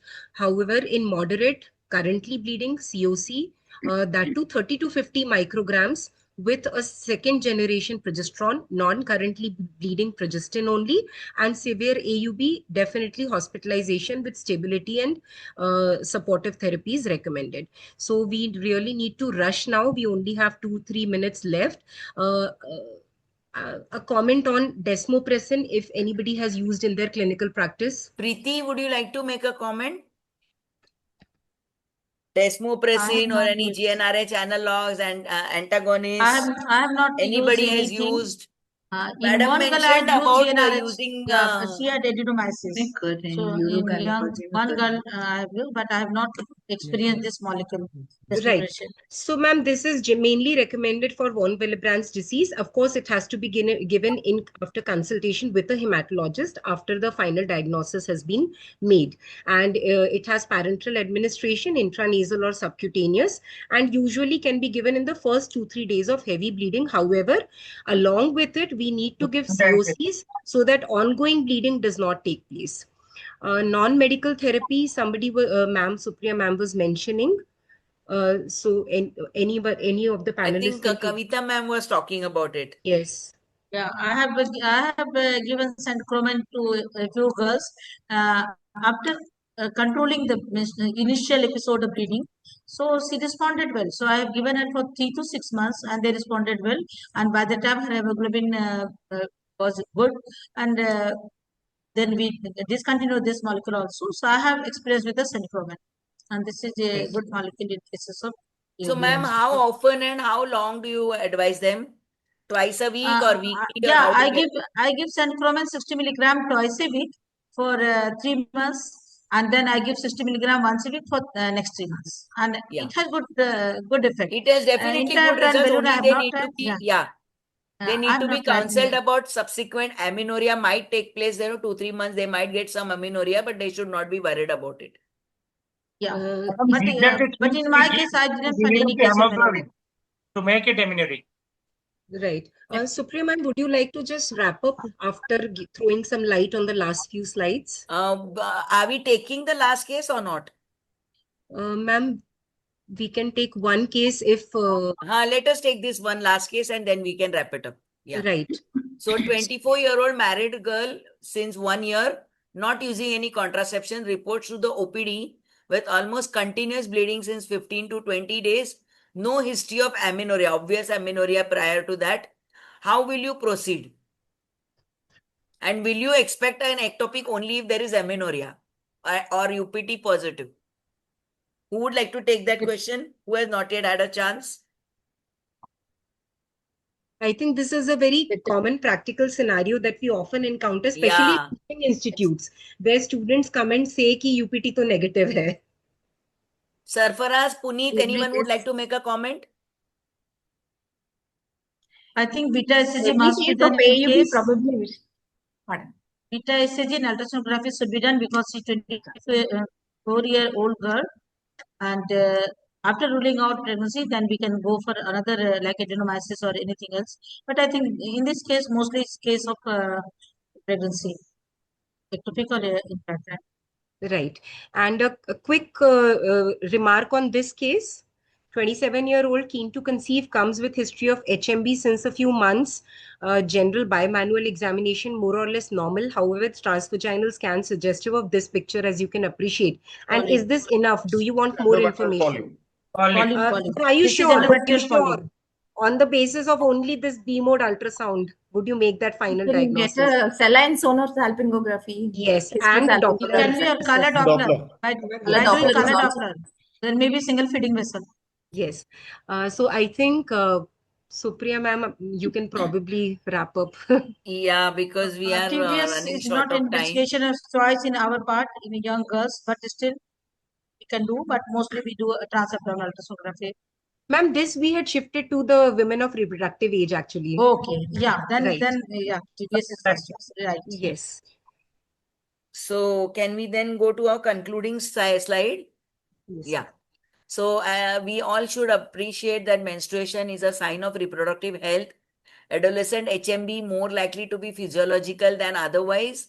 But definitely we have to be suspicious of any other illness that we should not be able to miss. Do not be wary of using estrogen in adolescent. Rule out pregnancy and pregnancy related complications. Individualize the management and prevent unnecessary investigation, as well as avoid misdiagnosis. And to that, I may add, as adolescent committee chair, that please always give some time to your adolescent patient. Listen to what they have to say. Many a times their complaints we do not take seriously. They are not allowed to speak unless some parent is in their presence. So make sure you find some spot in the examination room or somewhere where they can freely talk to you. For example, I had a girl who came with menorrhagia. Her mother thinks she's menorrhagia, but she actually had a postcoital tear. She knew about it, but she couldn't say it in front of the mother. So simple thing like that, give them the chance to talk to you. They will more often than not give you your diagnosis. And yeah, please do spend some time with your adolescent patient. So let me now request our experts and panelists to give a take-home message in one line about AUB in adolescent and young girls. So Alka madam, can we start with you? Alka ma'am? Yes, yes. Proper counseling. If she comes at a very young age, you have to counsel her well. You should wait. Give her hematinics and give her calcium and iron. And one message you said now. Yes. You can tell. You can please continue. No problem. Okay. Sudha ma'am, your message to our delegates. Yes, when the adolescent girl comes, you have to listen. What is the problem? She will say in school her dress is wet. Everybody said about it. I do not drink milk. So slowly, gradually, just build her up to have a good diet and some modification of lifestyle. Of course, tranexamic acid, we have talked about it. We can give to her to decrease her bleeding.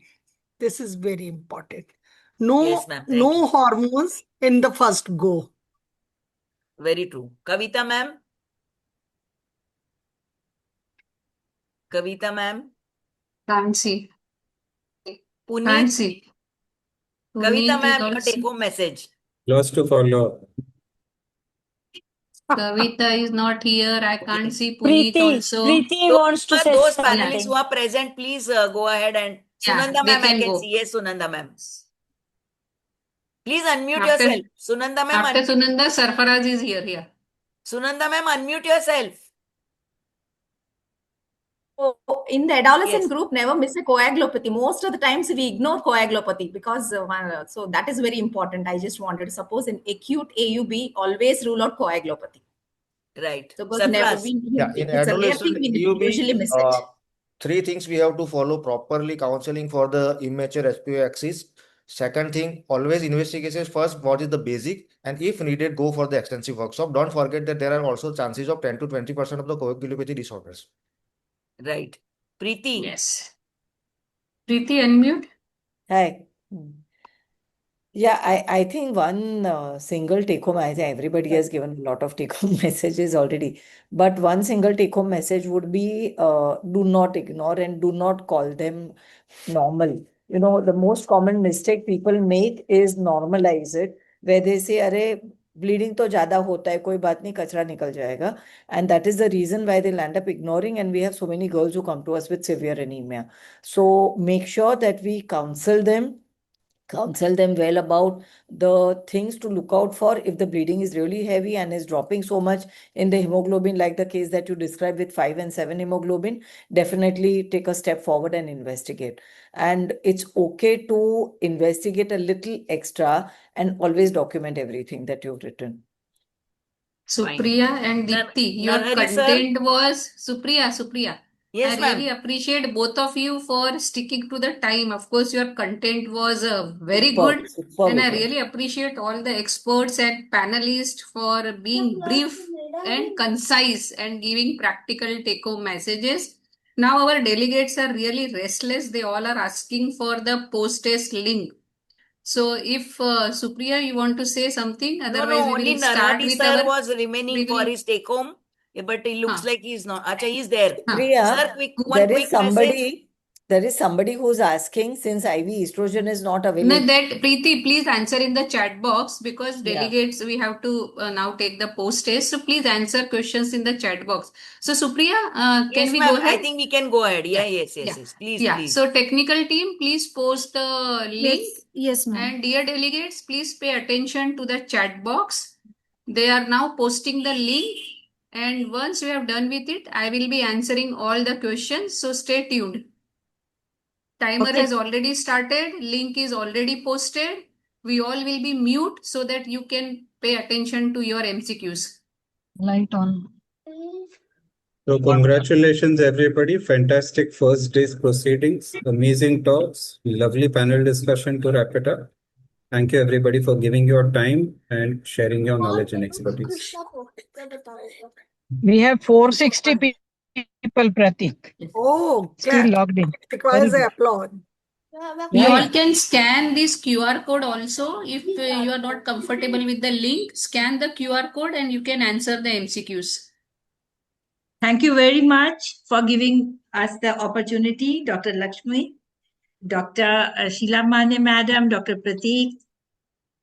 Thank you very much.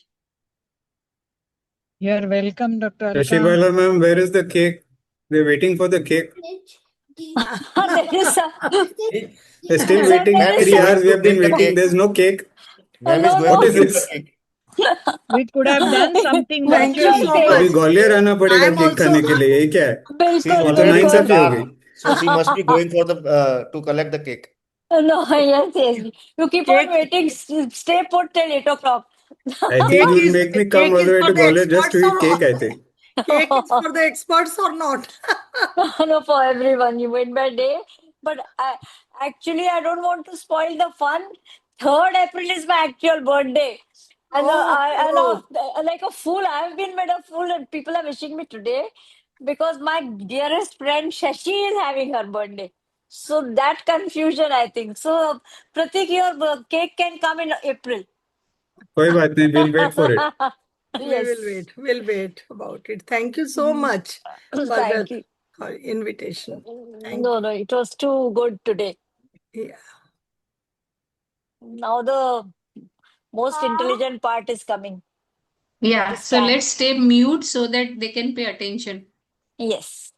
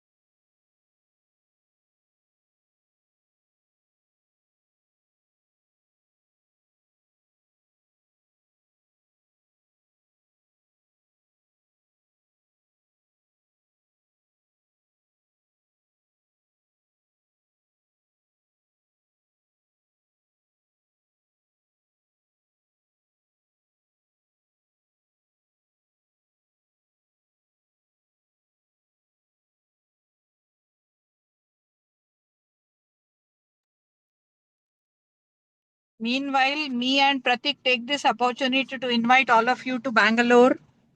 Please visit ICOG website for annual ICOG conference 21st, 22nd, 23rd, 20th, 21st and 21st, 22nd and 23rd at Bangalore. Please visit ICOG website. We have also started a PASS registry, placenta accreta spectrum.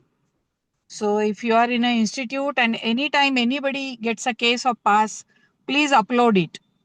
Okay, we'll be very happy. We have already received some 22 cases, and you can visit the website. Those of you who are not fellows of the college yet, please apply. 15th of July is the last date. You can receive the fellowship at the ICOG convocation in Bangalore on 22nd. That's Saturday, 22nd August.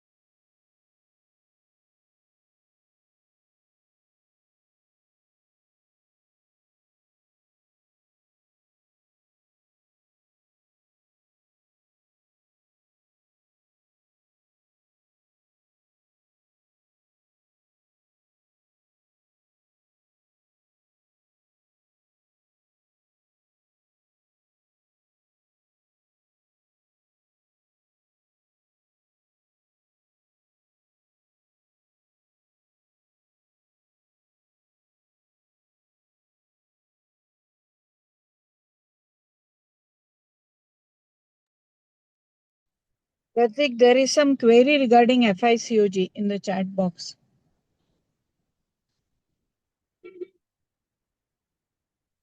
No, you can just send your application, upload your points,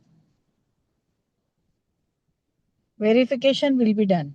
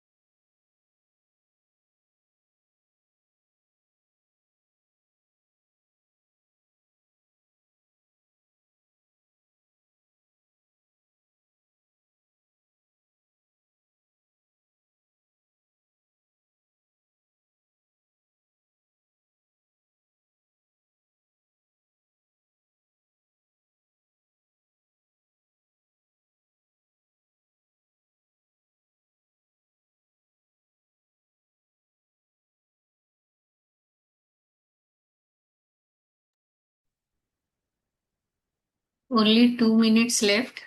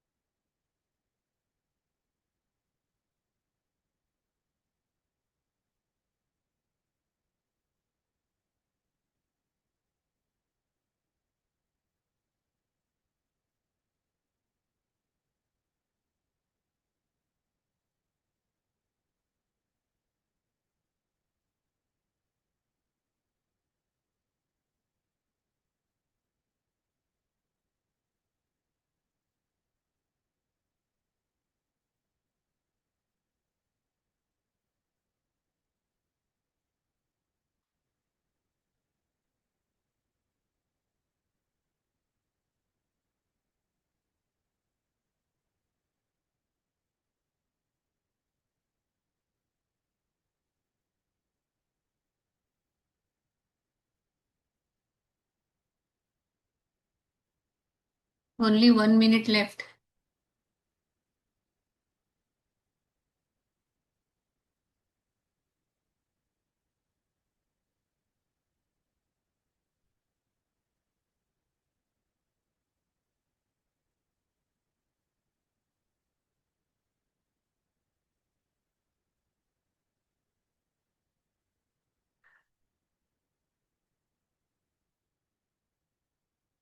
Thirty seconds.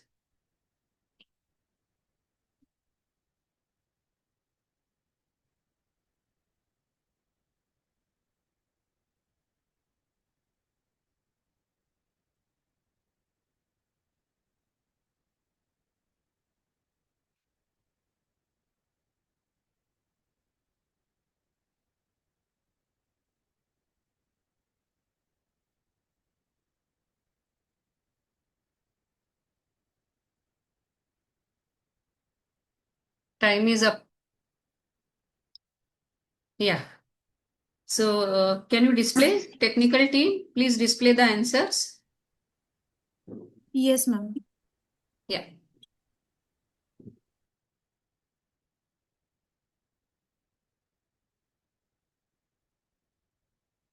Yeah. So the first question was the normal menstrual cycle length is, and the answer is B, that is 24 to 38 days. Second question was normal menstrual blood loss is, answer is again B, that is less than 80 ml. Third question was chronic AUB is defined as bleeding abnormal in volume, duration or frequency for, answer is B, that is 6 months. Question 4 was acute AUB refers to, here also the answer was B, that is bleeding which requires immediate intervention. Question 5 was which hormone is primarily responsible for endometrial proliferation? Answer is B, that is estrogen. Question 6 was secretory transformation of endometrium is due to. The answer is C, that is progesterone. Question 7 was ovulatory AUB is usually. The answer is B, that is ovulatory AUB is usually regular but heavy. Question 8 was anovulatory cycles are common in. They are common in adolescence and perimenopause. So answer was B. Question 9 was heavy menstrual bleeding is defined as.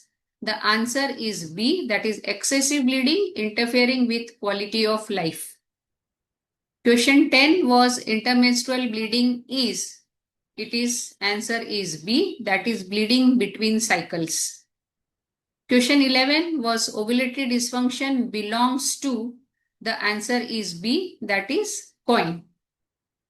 Question 12 was endometrial causes that include, that is AUBE. What does it include? It includes, answer is B, infection, inflammation. Question 13 was first line imaging in AUB is, answer is transvaginal ultrasound. Question 14 was gold standard for diagnosing intrauterine pathology. Here the answer is hysteroscopy. 15 question was best test for endometrial sampling, and the answer is people biopsy, that is B. Question 16 was AUB in adolescent is most commonly due to anovulation. The answer is C. Question 17 was coagulopathy should be suspected in. It should be suspecting if patient is having heavy bleeding since menarche. So the answer was B. Question 18 was saline infusion sonography is useful for. It is useful for endometrial cavity lesions. So the answer is C. Question 19, the MRI is best used for adenomyosis evaluation. So the answer is B. The last question was endometrial biopsy is mandatory in. It is mandatory in all women who are more than 45 years and they come to you with AUB. So answer was B. So friends, all the questions were greatly and in depth were covered by all the speakers in the first 6 talks. So if you paid attention, I am sure these MCQs would have been very, very easy for all of you. So now I look forward to see you all tomorrow at sharp 4 p.m. If Dr. Sheila is here, Dr. Pratik is here, if you want to say anything before winding up. Dr. Sheila, Dr. Pratik? No, I can't see them. Yeah. So today we focused on the basics, that is physiology, pathology, terminology, diagnosis, evaluation.